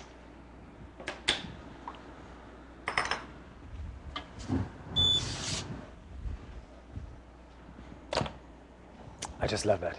You see that? So cool. So we get rid of the steam. And I mentioned earlier that there are 3 ways of opening a pressure cooker. And so far I have missed my duties by telling you about the 3rd one. So what you can do as another option is, if you have the sink and it's not full with dirty dishes, like most of the time it is when we cook, then you can actually put that right under the cold water and put cold water right on top of the lid. That cools down very quickly the lid, which is perfectly fine, and we will have immediately access into the pot. So sometimes when you feel like you got distracted, did I mention the television earlier? Then, and you come back and you realize, oh, I need to open the pressure cooker quick before everything is overcooked. Right under the cold water, get the lid cold, that gets the steam away, and you can immediately open the pressure cooker. You don't have that waiting. Yeah.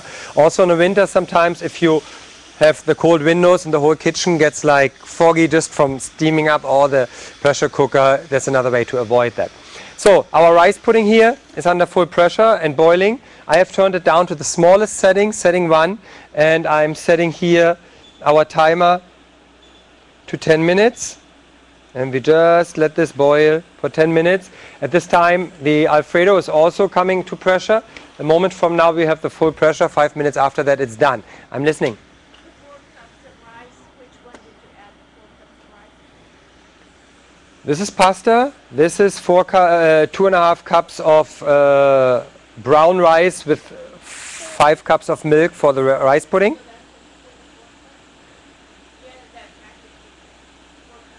No, that was pasta. We have 4 cups of pasta is in that package, and so that means 4 cups of liquid. So it's 1-to-1 for the pasta, 1-to-1 for pasta and liquid, and it was 1-to-2 for the rice and liquid. But I have to point out that for the rice pudding, we actually have 4-to-1 liquid to rice at the end, because we do 1-to-2 for rice and water, and again with that cooking, 1-to-2 for rice and milk. Are you still with me? That's why you get all the recipes.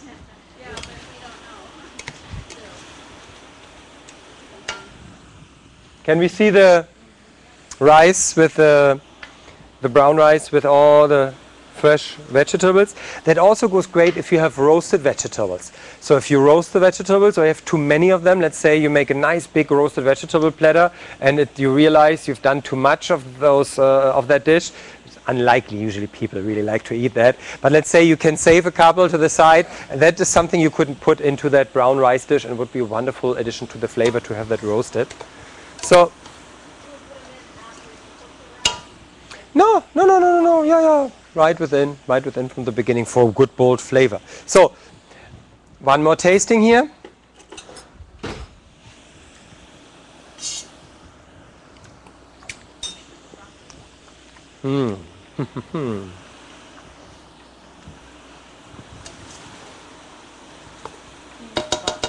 Now remember, we are not quite done yet. We want to put in here the broccoli and a little bit more lemon juice. Now if you have difficulties squeezing the lemon, there's a simple trick which I can show you. You just grab one of your many tongs in the kitchen and you just do that. Simple physics, right? Very good. So we have pressure here on our big pot as well. You can turn this down in a moment. So now obviously, since we are going to put the broccoli right into that dish, we need to close that one moment and just let this sit like that.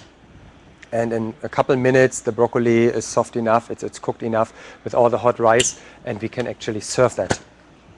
So our rice pudding is underway here. We have here the pasta dish and we have here the brown rice with the vegetables. We will need to serve very soon a lot of food. Are you still hungry? Yeah. Wasn't that much to eat yet, right? And any questions so far? Go for it.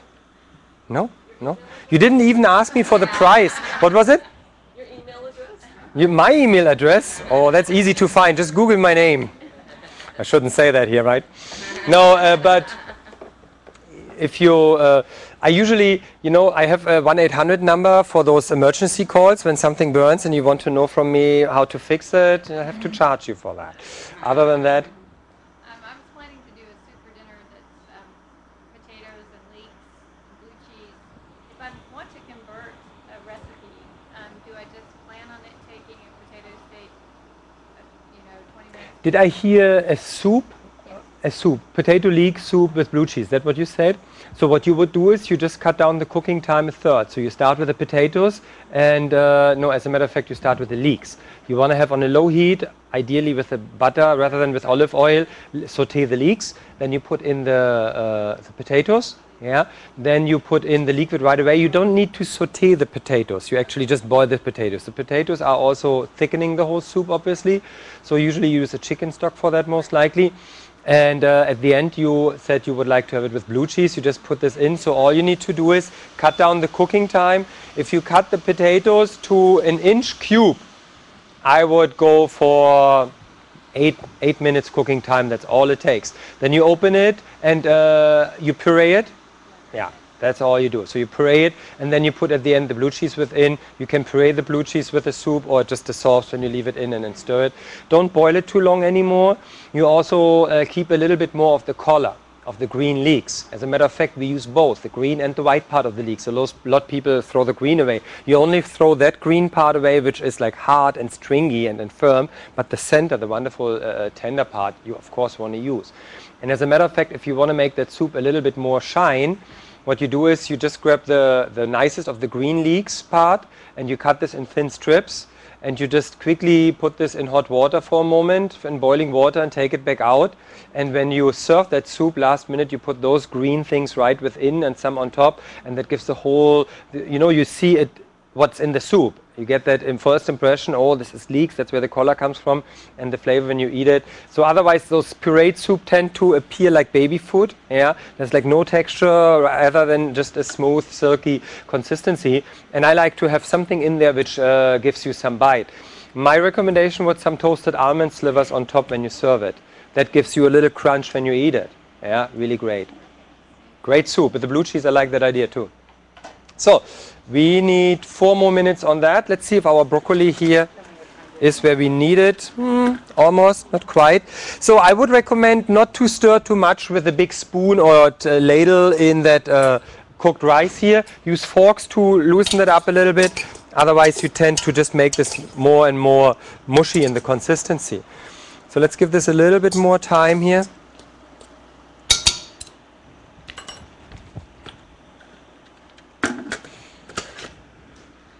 And then we're almost there.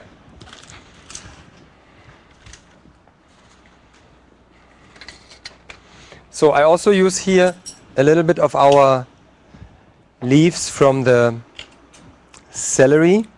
So this is one of those kind of things which always is like on the side extra from using fresh celery. You always have those leaves, so you don't just put them into the dish. You keep them to the last minute, and then you just add them to have a nicer look and then color, and also it adds to the flavor and the fresh appearance of taste of the whole dish.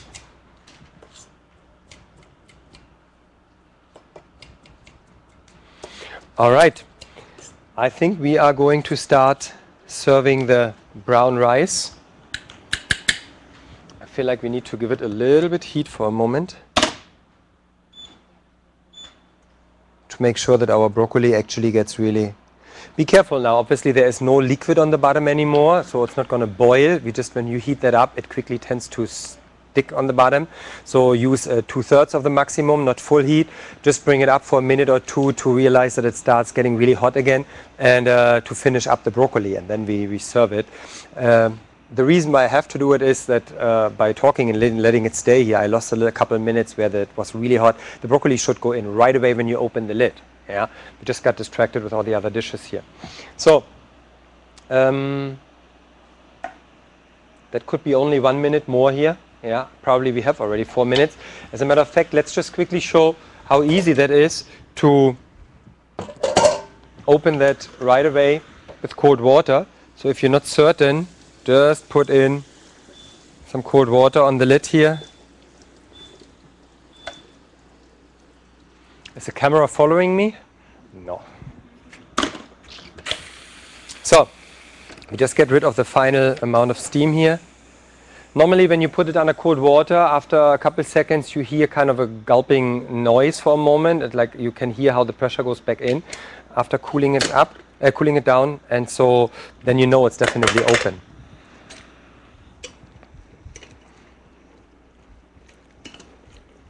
That's definitely enough.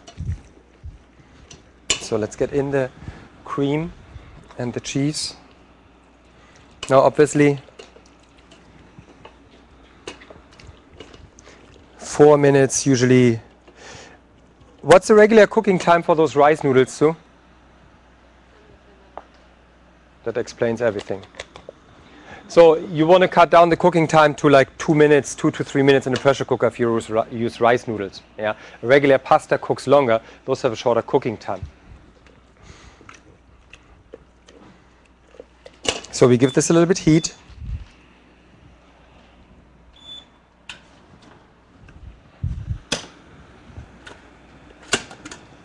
There it is.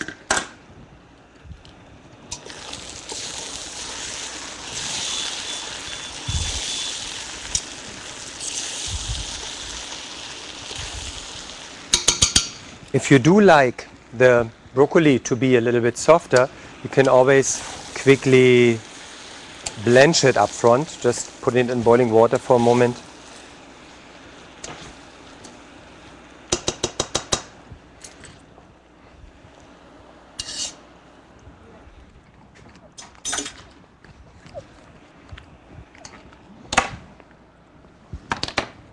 You can go for that.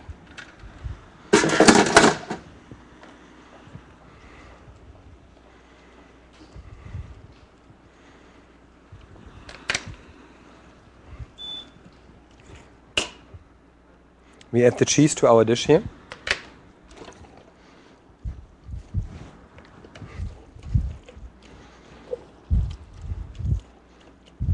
Now you don't need to boil this anymore. The cheese should melt in that hot sauce right away. And here is the parsley. Lars, what do you like about that spatula you're using? The fact that those spatulas are first of all not made of wood, that means they don't absorb any liquids. The problem with a wooden spoon is, I think, I say they are like 15th century. Yeah? So I mean they are around for 500 years. And they're certainly a good choice if you just want to boil some water and stir the pasta. But if you think of the fact that the porous material, the wood, absorbs anything which is present, that can be the cream, that can be fish, that can be the dishwasher liquid or the soapy water in your sink, then it all of a sudden is not so appealing anymore to use a wooden spoon for cooking. Also, another thing is that stirring is about getting off the bottom what stucks there. The wooden spoon, particularly the ones which are round, and most of them are, don't really help you stirring well, because they only draw a line on the bottom of the pot. So a tool which is rather wide on the bottom and has a straight hard edge is much better designed to scrape things off. So that makes it a multi-purpose tool. I can use it as a spatula, I can use it for stirring. It is designed to go on one side right into the corner of the pot, and on the other side it scrapes out the edge of the pan. So they are really helpful. Whistler makes them as well as those pressure cookers, and I would say if you count how many wooden spoons you have in your kitchen, then you know how many of those spatulas you need to buy now. Because 1 or 2 are always dirty in the dishwasher, and you need another one. So at least you want to have 2 or 3 of that in the house. And I think it's a great gift idea. With $10, what is that? $10 you sell them? So this is a great price for this little tool. And if you think what we spend on gadgets, which we just use once or twice, this is a tool which is like in constant use. Any dish I'm cooking, I'm dealing with those turners, and I really, really like them. So let me just taste that. I feel like we could make this a little bit thinner for my taste.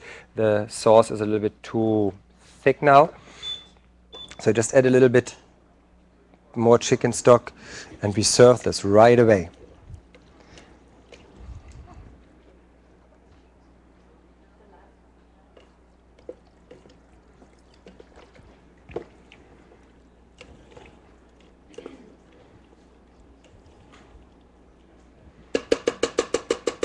It's a lot of sauce.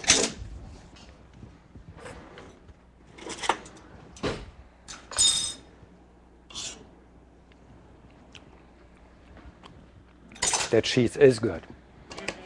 Really good. Where are the...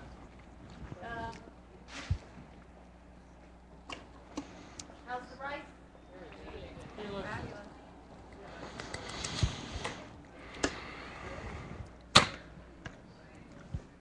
Go for it. So now I mentioned it earlier briefly, those induction hubs, and you can see one more time here on top what I use here. There is, let me just repeat, we have this keep warm button. You just push the button and it sets the setting automatically to 140 Fahrenheit to keep it warm, and it starts with 2 hours, and you can just reduce the time to whatever you want.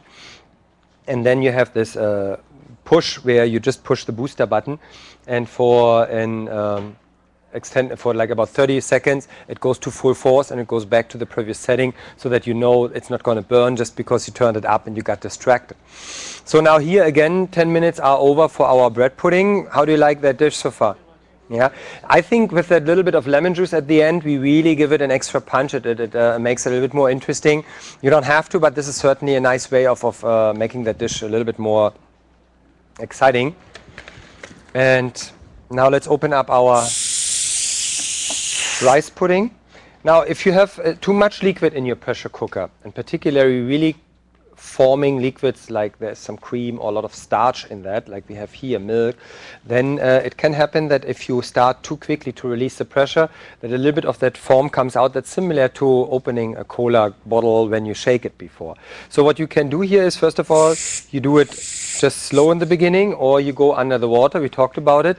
Another trick is, if you just simply lift the handle, the liquid is now further away from the opening, and then you get this out without that strong effect. But in this case, since it's a pretty full pot, I'm just going to put some liquid right on it.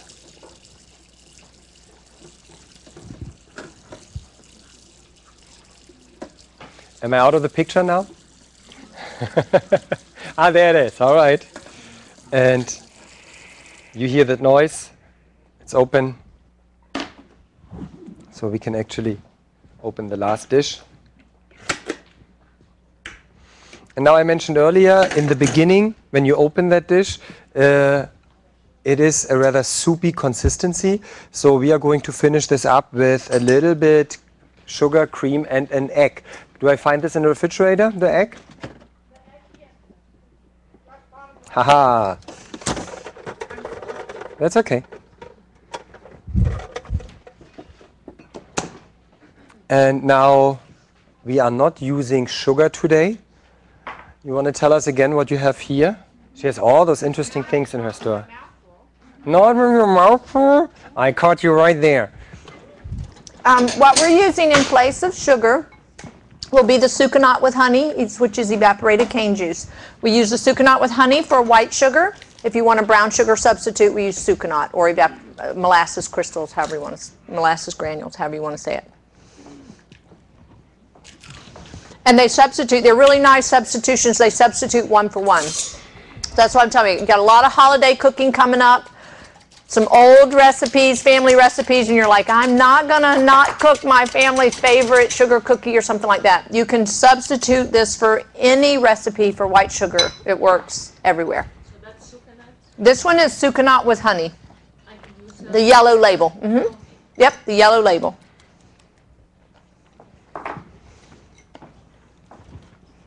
Right there. So now personally, I don't like to put too much of the sweetness into that rice pudding when I use the brown rice, because you easily overpower that nice nutty taste of the rice. And we don't want that. So I just have here a little bit less than the recipe calls for. And we put this right in here. And this is what makes the liquid now thick. The rice still has a certain crunch to it. It's not really crunchy, but firm. And particularly that brown rice with the skin still on it really keeps wonderfully that crisp effect when we eat it. We just let this sit for a moment and we remove that vanilla bean. There it is. We don't really need that anymore. Now when you serve this, what you can do is you just powder a little bit cinnamon on top if you like so. Yeah. And you can put some fresh berries on top, just like a couple raspberries to make it look prettier, or a strawberry cut in half, just to give the whole dish, when it comes to the table, a little bit more of an elegant, more festive appearance. So I need this trivet, the pot again, and then we are good. All right, so we're in time actually. All 5 dishes are done. How was the food so far? You like everything? Did you learn something about our Fissler pressure cookers today? Oh yeah. Yeah. So keep in mind, we have those Cookstar Induction Pros here as well, right? Sue has them in store. It's a wonderful product. I don't see this as a replacement of your classic stove. That's not what it's meant to be. That's a wonderful addition. If you have a gas stove, you know that often the heat goes rather on the side of the pot than really in the bottom. And for some dishes, it's much easier to have the heat really where you need it, right, on the bottom of the pot. It's also faster than a microwave if you would just want to bring a cup of water to boil. Yeah. So like if you have a kettle with water on this induction stove, that goes much faster, and it also is a beautiful addition if you just want to keep food warm for a longer time. Now in the winter, where we often cook a little bit more and then the rest of the family is not home in time, you need to wait a little bit longer, keep it warm. That's a great opportunity to do that. So I find this a wonderful addition. Sue will tell us a little bit about the price in a moment. You can ask her. And for me so far, I think we are through here with all the dishes. And I think it's time for dessert, isn't it?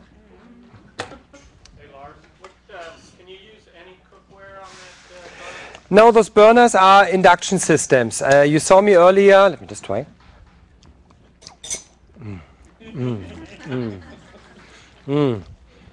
We saw that we put this dollar bill below.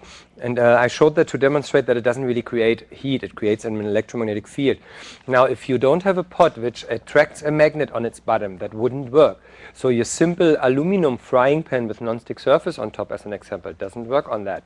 But if the pan has a steel core in the bottom, which makes it magnetic, so that a magnet would be attracted to the bottom of the pot or the pan, then it will work. So cast iron and a lot, not all, of stainless steel pots work.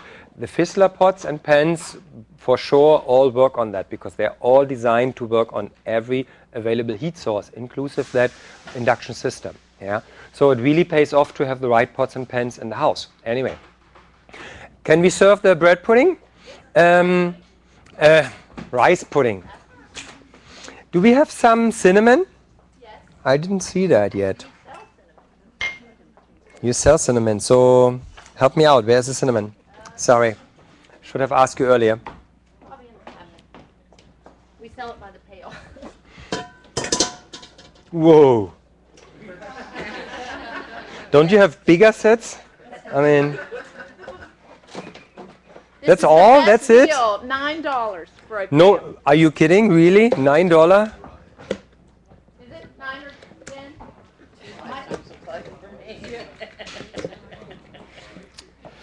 Now, that probably lasts longer than 4 weeks in my kitchen, or even more than that. That's a lot. So, do you have a little, you want to bring up those, now whatever you use to serve that, is that the small, no, come on, give them the big cups, we have enough. Yeah, make sure everybody gets something here. So I was looking for a little sieve or a strainer to powder a little bit of this, or maybe even a shaker. We could have thought of this earlier, sorry.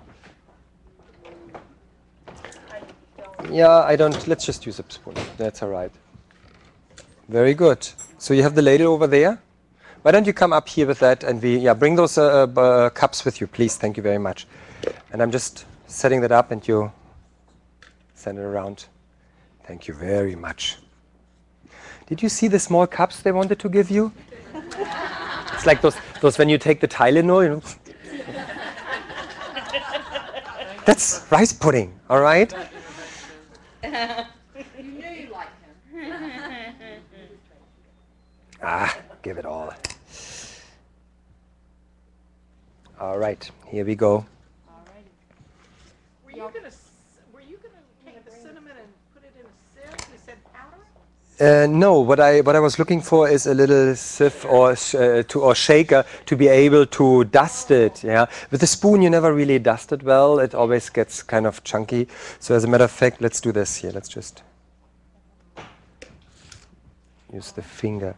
Another way of doing it is mixing the cinnamon with a little bit sugar, 1-to-1, and then it's much easier to dust that over it. So. All right, I think we can serve that. Does anybody have any more questions for Lars? Did you? I know. See, Lars, they're always wanting to take me home. I think they so are wanting to take you home. Forget it. Forget Sue. Just, yeah. But isn't he wonderful? Didn't y'all really enjoy it? Thank you. I wish y'all could have seen him get my 3 teenagers in here. I mean, he went, oh, helpers, y'all come on up here. He got them, my daughter, my 14-year-old, cut all those oranges. He showed her how to peel them and showed them how to cut the carrots. And my 16-year-old, and my 14-year-old boy and 16-year-old boy are from Latvia, and I don't think they've ever done anything like this. So that was just really fabulous. They have talent. Yes. Let's just say that. They had a great teacher. He was just wonderful. We do carry a whole line of Fissler pressure cookers. Lars has used several sizes today. The one that he's dipping the rice pudding out, that's a 4-liter. One of the dishes I know, the rice he did, of course, in the big 8-liter, and we have a 10-liter. And then the 6-liter pressure cooker, you can buy it separately, or you can buy it, it's called the Duo. Let me walk over here. How do you like the rice pudding? Save some for me now. I've been waiting for this.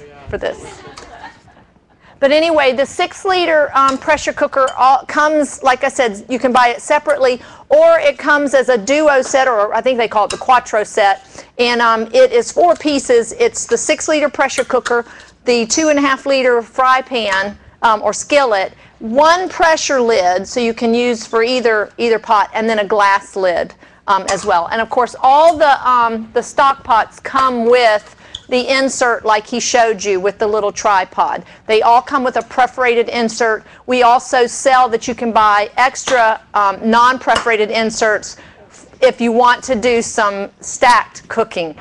I will be doing some pressure cookers after the first of the year, showing you how to do meatloaf, mashed potatoes, and green beans all in 1 pressure cooker on 1 burner. It's just phenomenal. The things that you can do in a pressure cooker, I don't know how to cook without one almost now. What size do you use for that? An 8 or a 10-liter are really nice sizes if you're going to do the stacked cooking.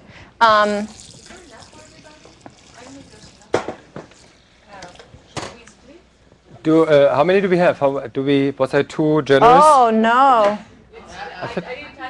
How many do we? we said there were 19 people originally. We have come more. I'm sorry, then I was a little bit too generous here. But I have. How many do we have here now? What are we missing? Sue's gonna be mad. So I'm gonna cook you another one right after the show. Well, you will have it tomorrow. Anyway, but no, I'm serious. I can make another one right away. You saw how quick that goes. No, we're serious. So, yeah, if you give a second spoon out there and then put this in a second. These are the perforated and the non-perforated. There we go. Thank you so much. Missing. I was sure we have. No, that was my mistake. I was just carried away with the wonderful dish. Several tools that Lars used in the class that we're just so excited about. These are our new graters. This is the microplaner. How did you like it, Binding? I think that's great. I think it's great. They are really sharp. This is one of the things that they are, and not sharp in the sense that you cut your fingers, but really sharp to whatever you want to cut. It gets really fast. Right. These. Or cut. So that makes a huge difference. These are by Queasy Pro. This is just a standard box grater. The thing that's different is this is not just stamped. It is actually sharp blades, but then the etching, I don't know if y'all can see the lines, the etching there makes the for an easy glider. So that's how I grated the cheese, was just with the box grater, and it has several sizes, and then the base of it actually comes off, and that's your ginger grater there. So it's just really, really a handy, nice box grater. We sell them here. These are new. We just got them in just a week or so ago. And the microplaner, I've used several, and I've never used one quite as nice as this one. And again, it has the etching, so the fruits just slide right over it. Yes. This one is $19.29, and the box grater. I'm sorry, I'll have to get a price for you. Maybe can Ashley or somebody, can y'all get a price on the box grater? Do you want to talk a little bit about the price of a pressure cooker? That's certainly interesting. Yes. Show here, I've got the pricing. Yeah, and we actually made y'all some price sheets.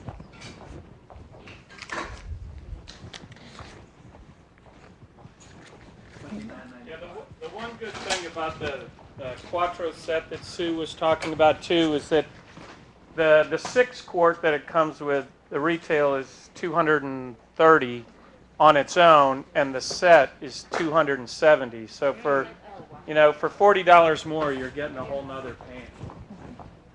And pot. Yeah. Yeah, and I mean, this especially for, it's like a skillet, but for just like 2 to 4 people, I use this all the time for brown rice, risotto. It's a very functional little pan when you don't feel like getting out the big pressure cooker. Okay, so this is the Quattro set. Did I give out all my sheets? Here we go. Here's one.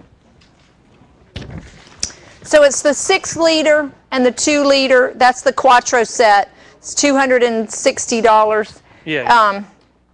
And like Joel was saying, just the 6 liter alone is $220. So it's like getting this little skillet for $40. And if you all felt the weight and how heavy these were, that's a nice pot. So that's a great deal.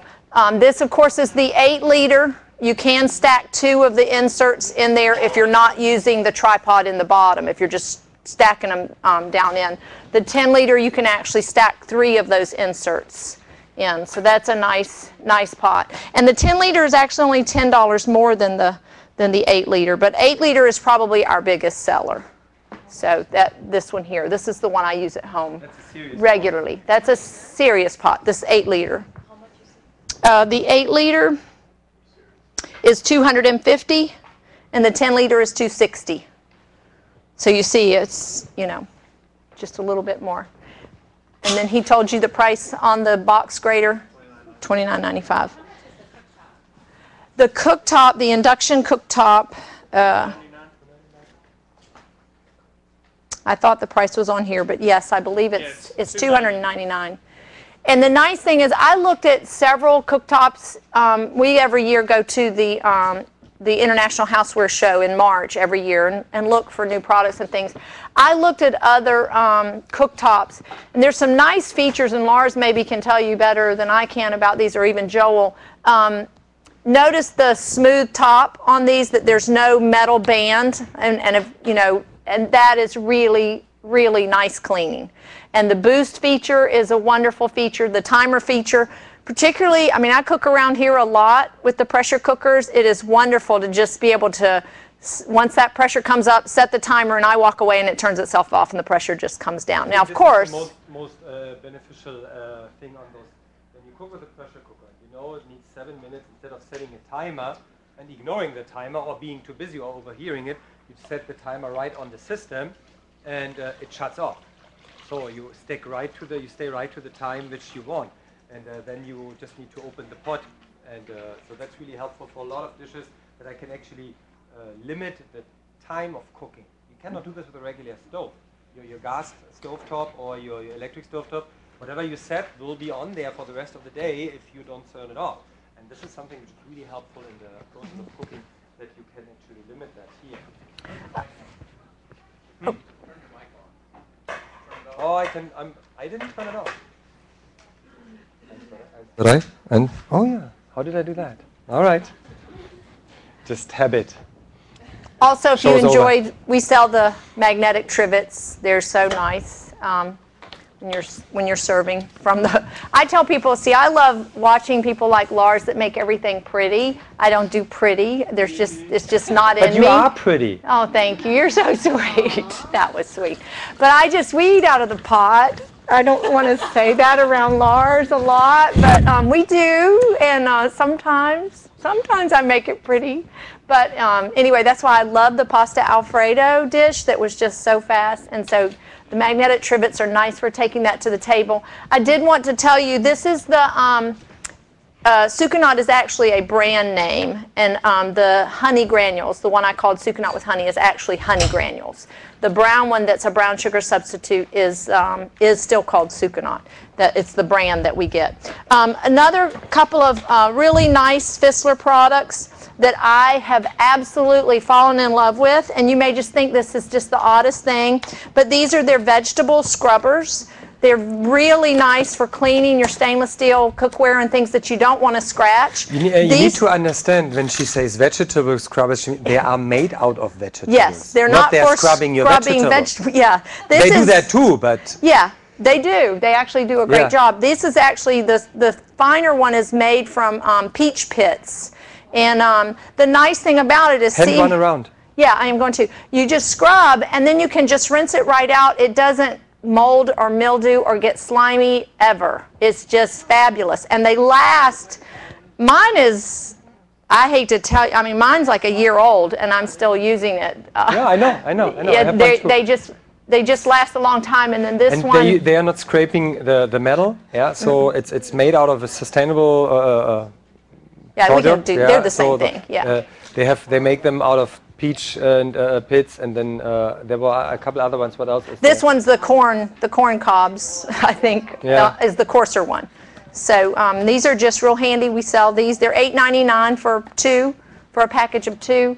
And like I said, the thing I love about them is they don't mold and mildew, and they don't get slimy. You just open them up, rinse them off, hang them over your sink, and they just dry right out. Even when I'm cleaning my bread bowl, my mixing bowl after I've got bread dough. You know how the bread dough just gums all over the sponge, and you can just rinse it. Oh, and cheese. Yes, it'll rinse right out of there, and it dries very, very quickly. The broth, we carry the Imagine broth. In fact, we have some on sale this week on this first aisle. The pasta, we have fallen in love with the brown rice pastas. Just fabulous. My kids, we like the spelt pasta, but it is brown, and so sometimes children, it's an eye appeal thing. They're like, what's this brown pasta that you're trying to sell? Why are these noodles brown? So that's why we've fallen in love with the rice pasta, because it still cooks up white, and it doesn't have quite the chewy texture that some of your whole wheat or the spelt pasta has. And it's gluten-free for those of you that are concerned about that. This is the Fissler induction burner. And then the Fissler tools. Lars turned me on to the Comfort Turner last year. learn to use it. I love those. How many of y'all have come to one of my cooking classes? I love, love, love, love the Switch It. I really do. I love these. They're fabulous, the high heat spatula. But Lars taught me that when you're scraping up the onions and the browned, pieces off the bottom, that the soft spatula won't do that. So this is nice for your soft, soups and some of those things. But when you've browned something, you really need this firmer turner. So I now have 2 or 3 of these and 2 of these in my kitchen. And when you're doing things that need to be whisked in your pots and pans and things like that, or even some of your non-stick cooking, you can't use a metal whisk. So this is Fissler's also. This is their whisk, and then this is their ladle, a high heat ladle. And notice you can pour from both sides. This is interesting with that ladle. You know that the ladle are usually round. Now when you have something sticky like the rice pudding just a moment ago, you wouldn't get the stuff out of the corner. This goes in the corner of the pot on the bottom, and I can scrape out into the corner of the bottom of the pot and get the last corner of rice, the last grain on, because it's so yummy, So, yeah, No, what I like about Fissler, and this is why I've been with that company and so long and really talk so much about this, that there are so many clever ideas around those products. You can really tell they think about problems which we have like every day, and we don't even recognize them as a problem until we realize there is a solution, and it's so easy if just somebody starts thinking about those things. Right. Even just the way the turner is designed to fit comfortably in your hand. The rices that Lars used for the dishes, we sell all of those blends. And more. And more. There's all kinds. The one he used in the rice pudding that I didn't get to taste, but we'll taste it again. Did you like that? That is one that we actually have not been able to get cooked right, and I learned how to do that today with Lars, and so I'm so glad he chose that one. He goes, this one makes a wonderful rice pudding. So we have, it's the wahini, I think is what it's called. No, it's just the whole grain aromatic brown rice. It's just the one that's the darker. And those are all. And when you say not, you couldn't get it cooked right. I just couldn't get it. Yeah, I just couldn't. No, it was because I was putting too much water in it. Instead of one. No, he said one to. Because you have the skin still on, and you have all the in the little in the rice corn. Usually when you skin the rice, and this is what you get when you buy the white rice corn, everything which is more valuable than just the starch is already gone. It's right under the skin or on the bottom of the rice grain. And here, this is also there.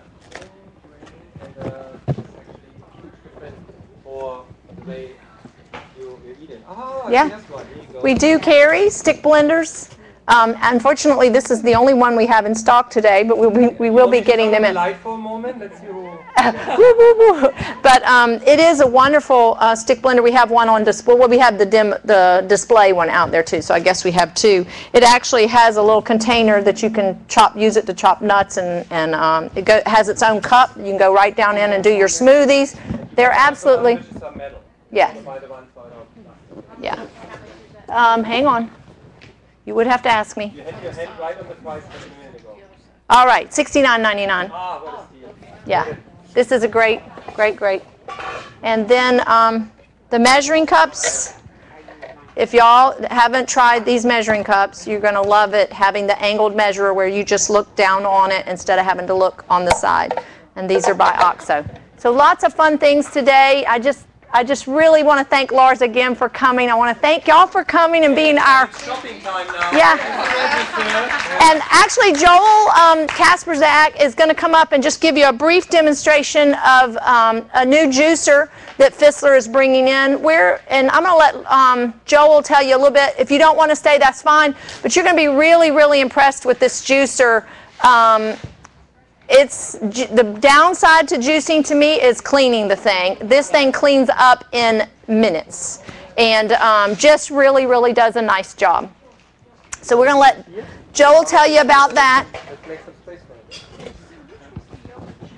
it. We use The garden. It was called the garden vegetable.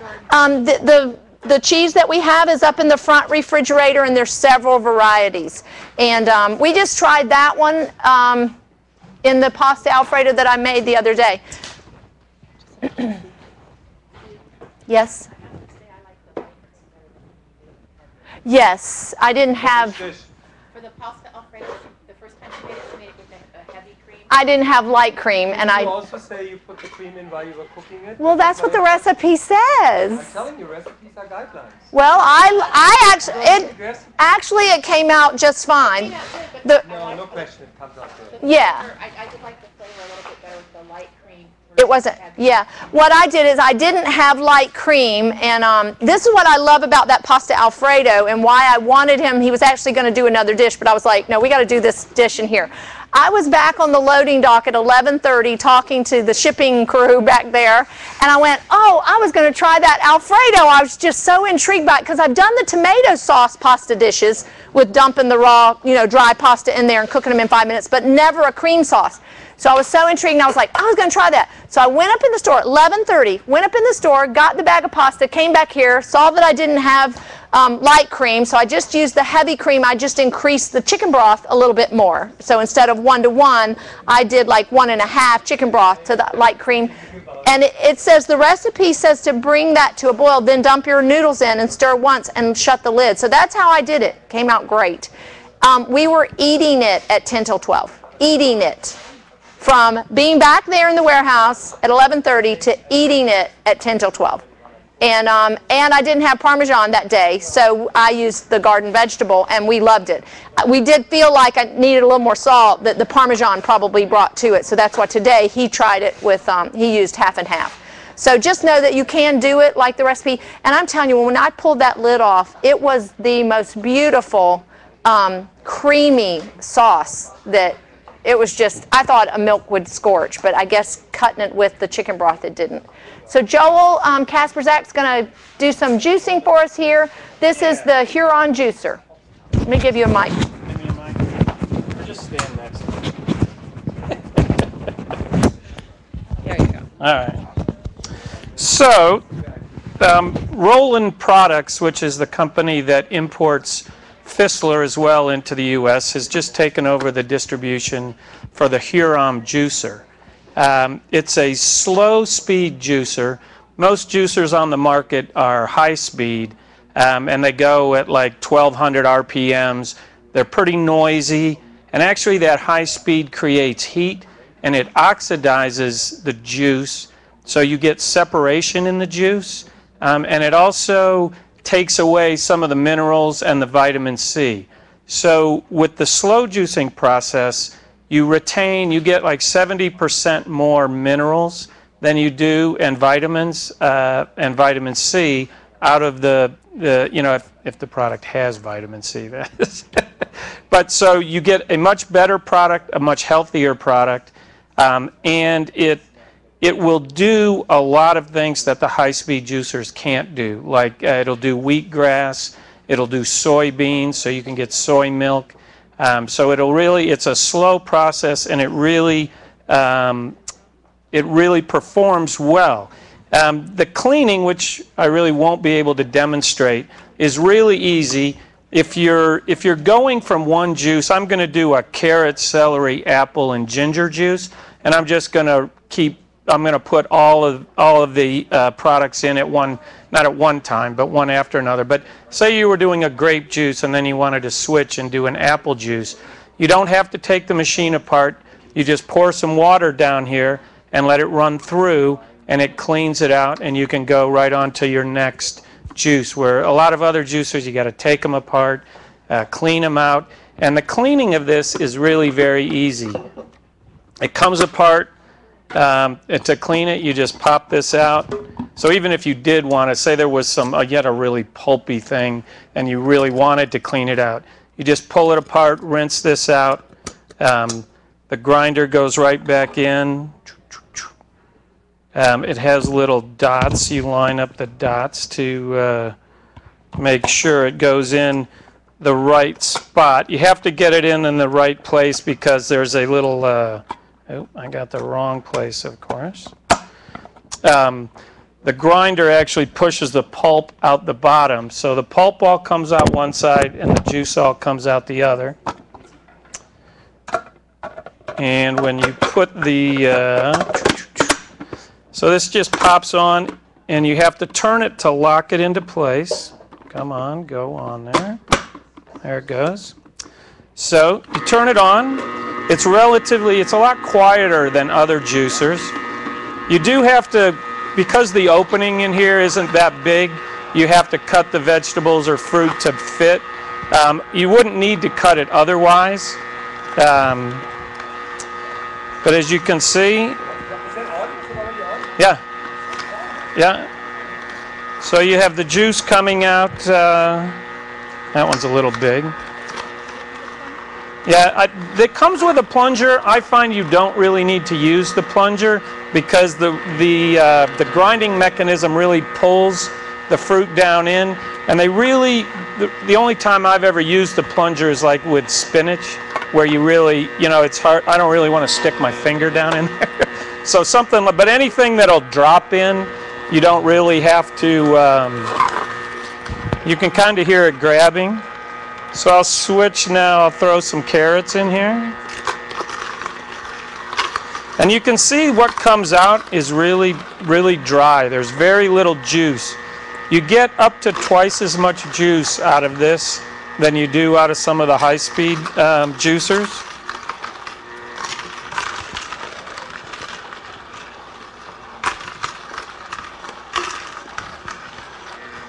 And then the other thing I like about this is just the size. I mean, this, you could actually leave it on your counter. Some of the juicers that are out there are pretty big and bulky. But also for storage, if you don't want to leave it out, it tucks away fairly easily.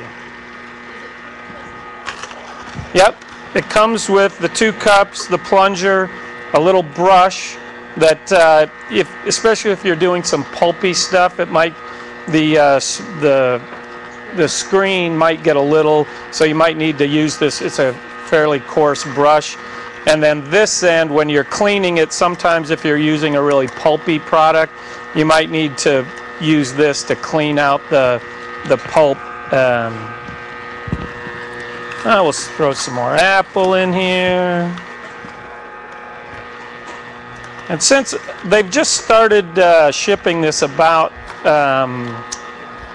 2 months ago, really, through Fissler, the product's been in the country for about 3 years, I think. They have just redone some of the styling, like it didn't used to have a handle on it. They redid the screen. It used to come with 2 different screens, one for more pulp, one for less. But the new one it'll do both, because it has a thicker screen or a little wider hole at the top and a smaller hole at the bottom. We'll throw a little celery in here. I don't like to use too much celery because can be a little overpowering. Sue likes it more than I do.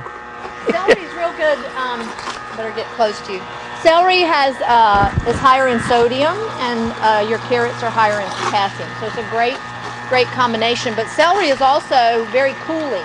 So in the summertime, if you've ever been out working in the garden, you come in and you're just really overheated, celery juice is really good for that. I'm going to put a little ginger in. You don't have to peel it or anything, just cut it up so it fits. Another nice thing, these Kyocera ceramic knives, I don't know if you guys are familiar with these. For fruits and vegetables, they're really nice. They're made of zirconium oxide, which is what they make cubic zirconiums out of. So the only thing harder is a diamond. And they're really, people think, oh, ceramic, if I drop it, it's going to break. But they're really much more durable than people think. They stay sharper than metal, or they last longer. It'll last 10 times, up to 10 times longer than a metal knife as far as staying sharp. And they also just introduced a little electric sharpener. So when you do need to resharpen it, they have a little machine that they also provide a sharpening service so that you can send it back to Kyocera. They'll take 2 knives for $10. It's really almost a shipping and handling fee because they sharpen them and ship them back to you. And they come back really with the factory edge. And this puts close to the It's pretty factory. nice. Yeah, close to the factory edge, but not quite, because with this one they do it on rotating diamond wet stones, and you can't. This isn't quite as effective, but for an in-home sharpening, it is. It does a very good job. The nice thing about the Kyocera knives, and I'll be happy to leave some celery and carrots up here for y'all to try. If you've never tried one, it is really like an aha effect. Has a great wow factor. And the nice thing about it is Kyocera actually has lowered the price this year.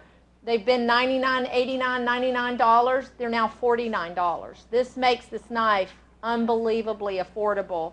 And for women, if you ever bring that knife in your home, you will love it. You won't want to use another knife. And then now the other, downside was the sharpening situation. Now to be able to sharpen it up in your home is pretty amazing. Yeah. Notice how dry the pulp is. Yeah, so the pulp's very dry. I mean, you can use, depending on what you have, but say like the carrot, you could use the carrot in like a carrot cake. You could use it in baking or something. Works great also, in muffins. And it's great compost as well. Now, were you going to show them how to change, if they wanted to change to a different juice, how to run the water through it? Yeah, if you wanted to switch, let me see if I have Here, there's cups right here.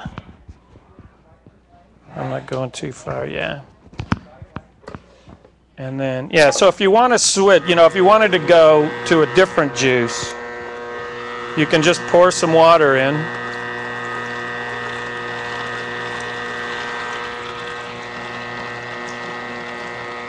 And it flushes it out.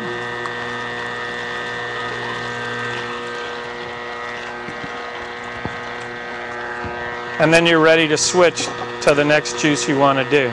I kind of like mixing. I've been playing around a lot with different concoctions. And then to clean it. Yeah, well, I showed them. I mean, to clean it, as I showed you before, it comes apart very easily.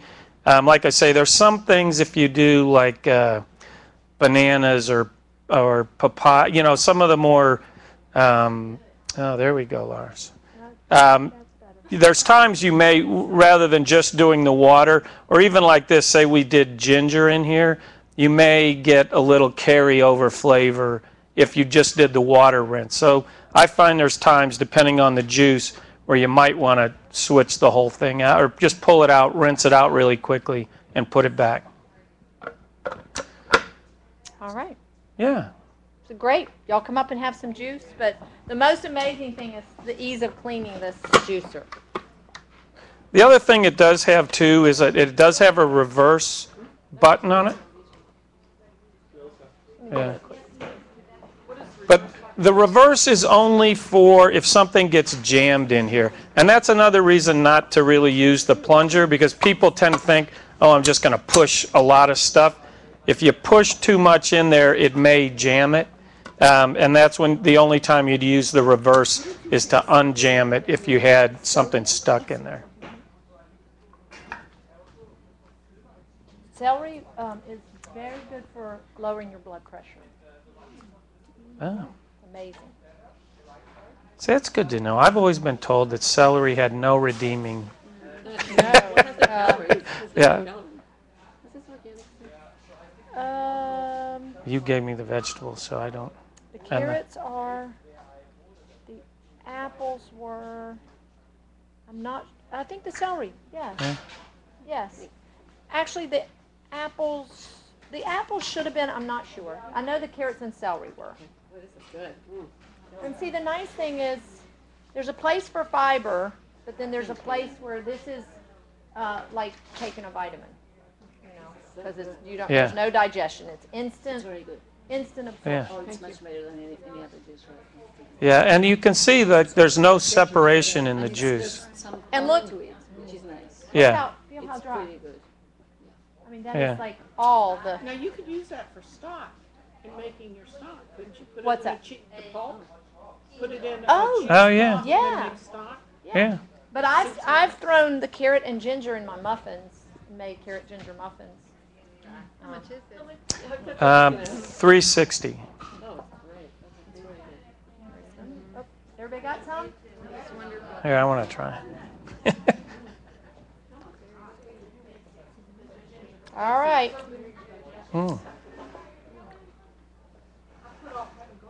Might have put in a little too much ginger. Woo!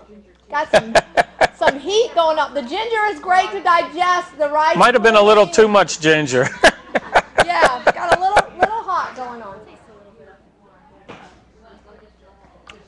I thought about that when I saw you put all that. Yeah.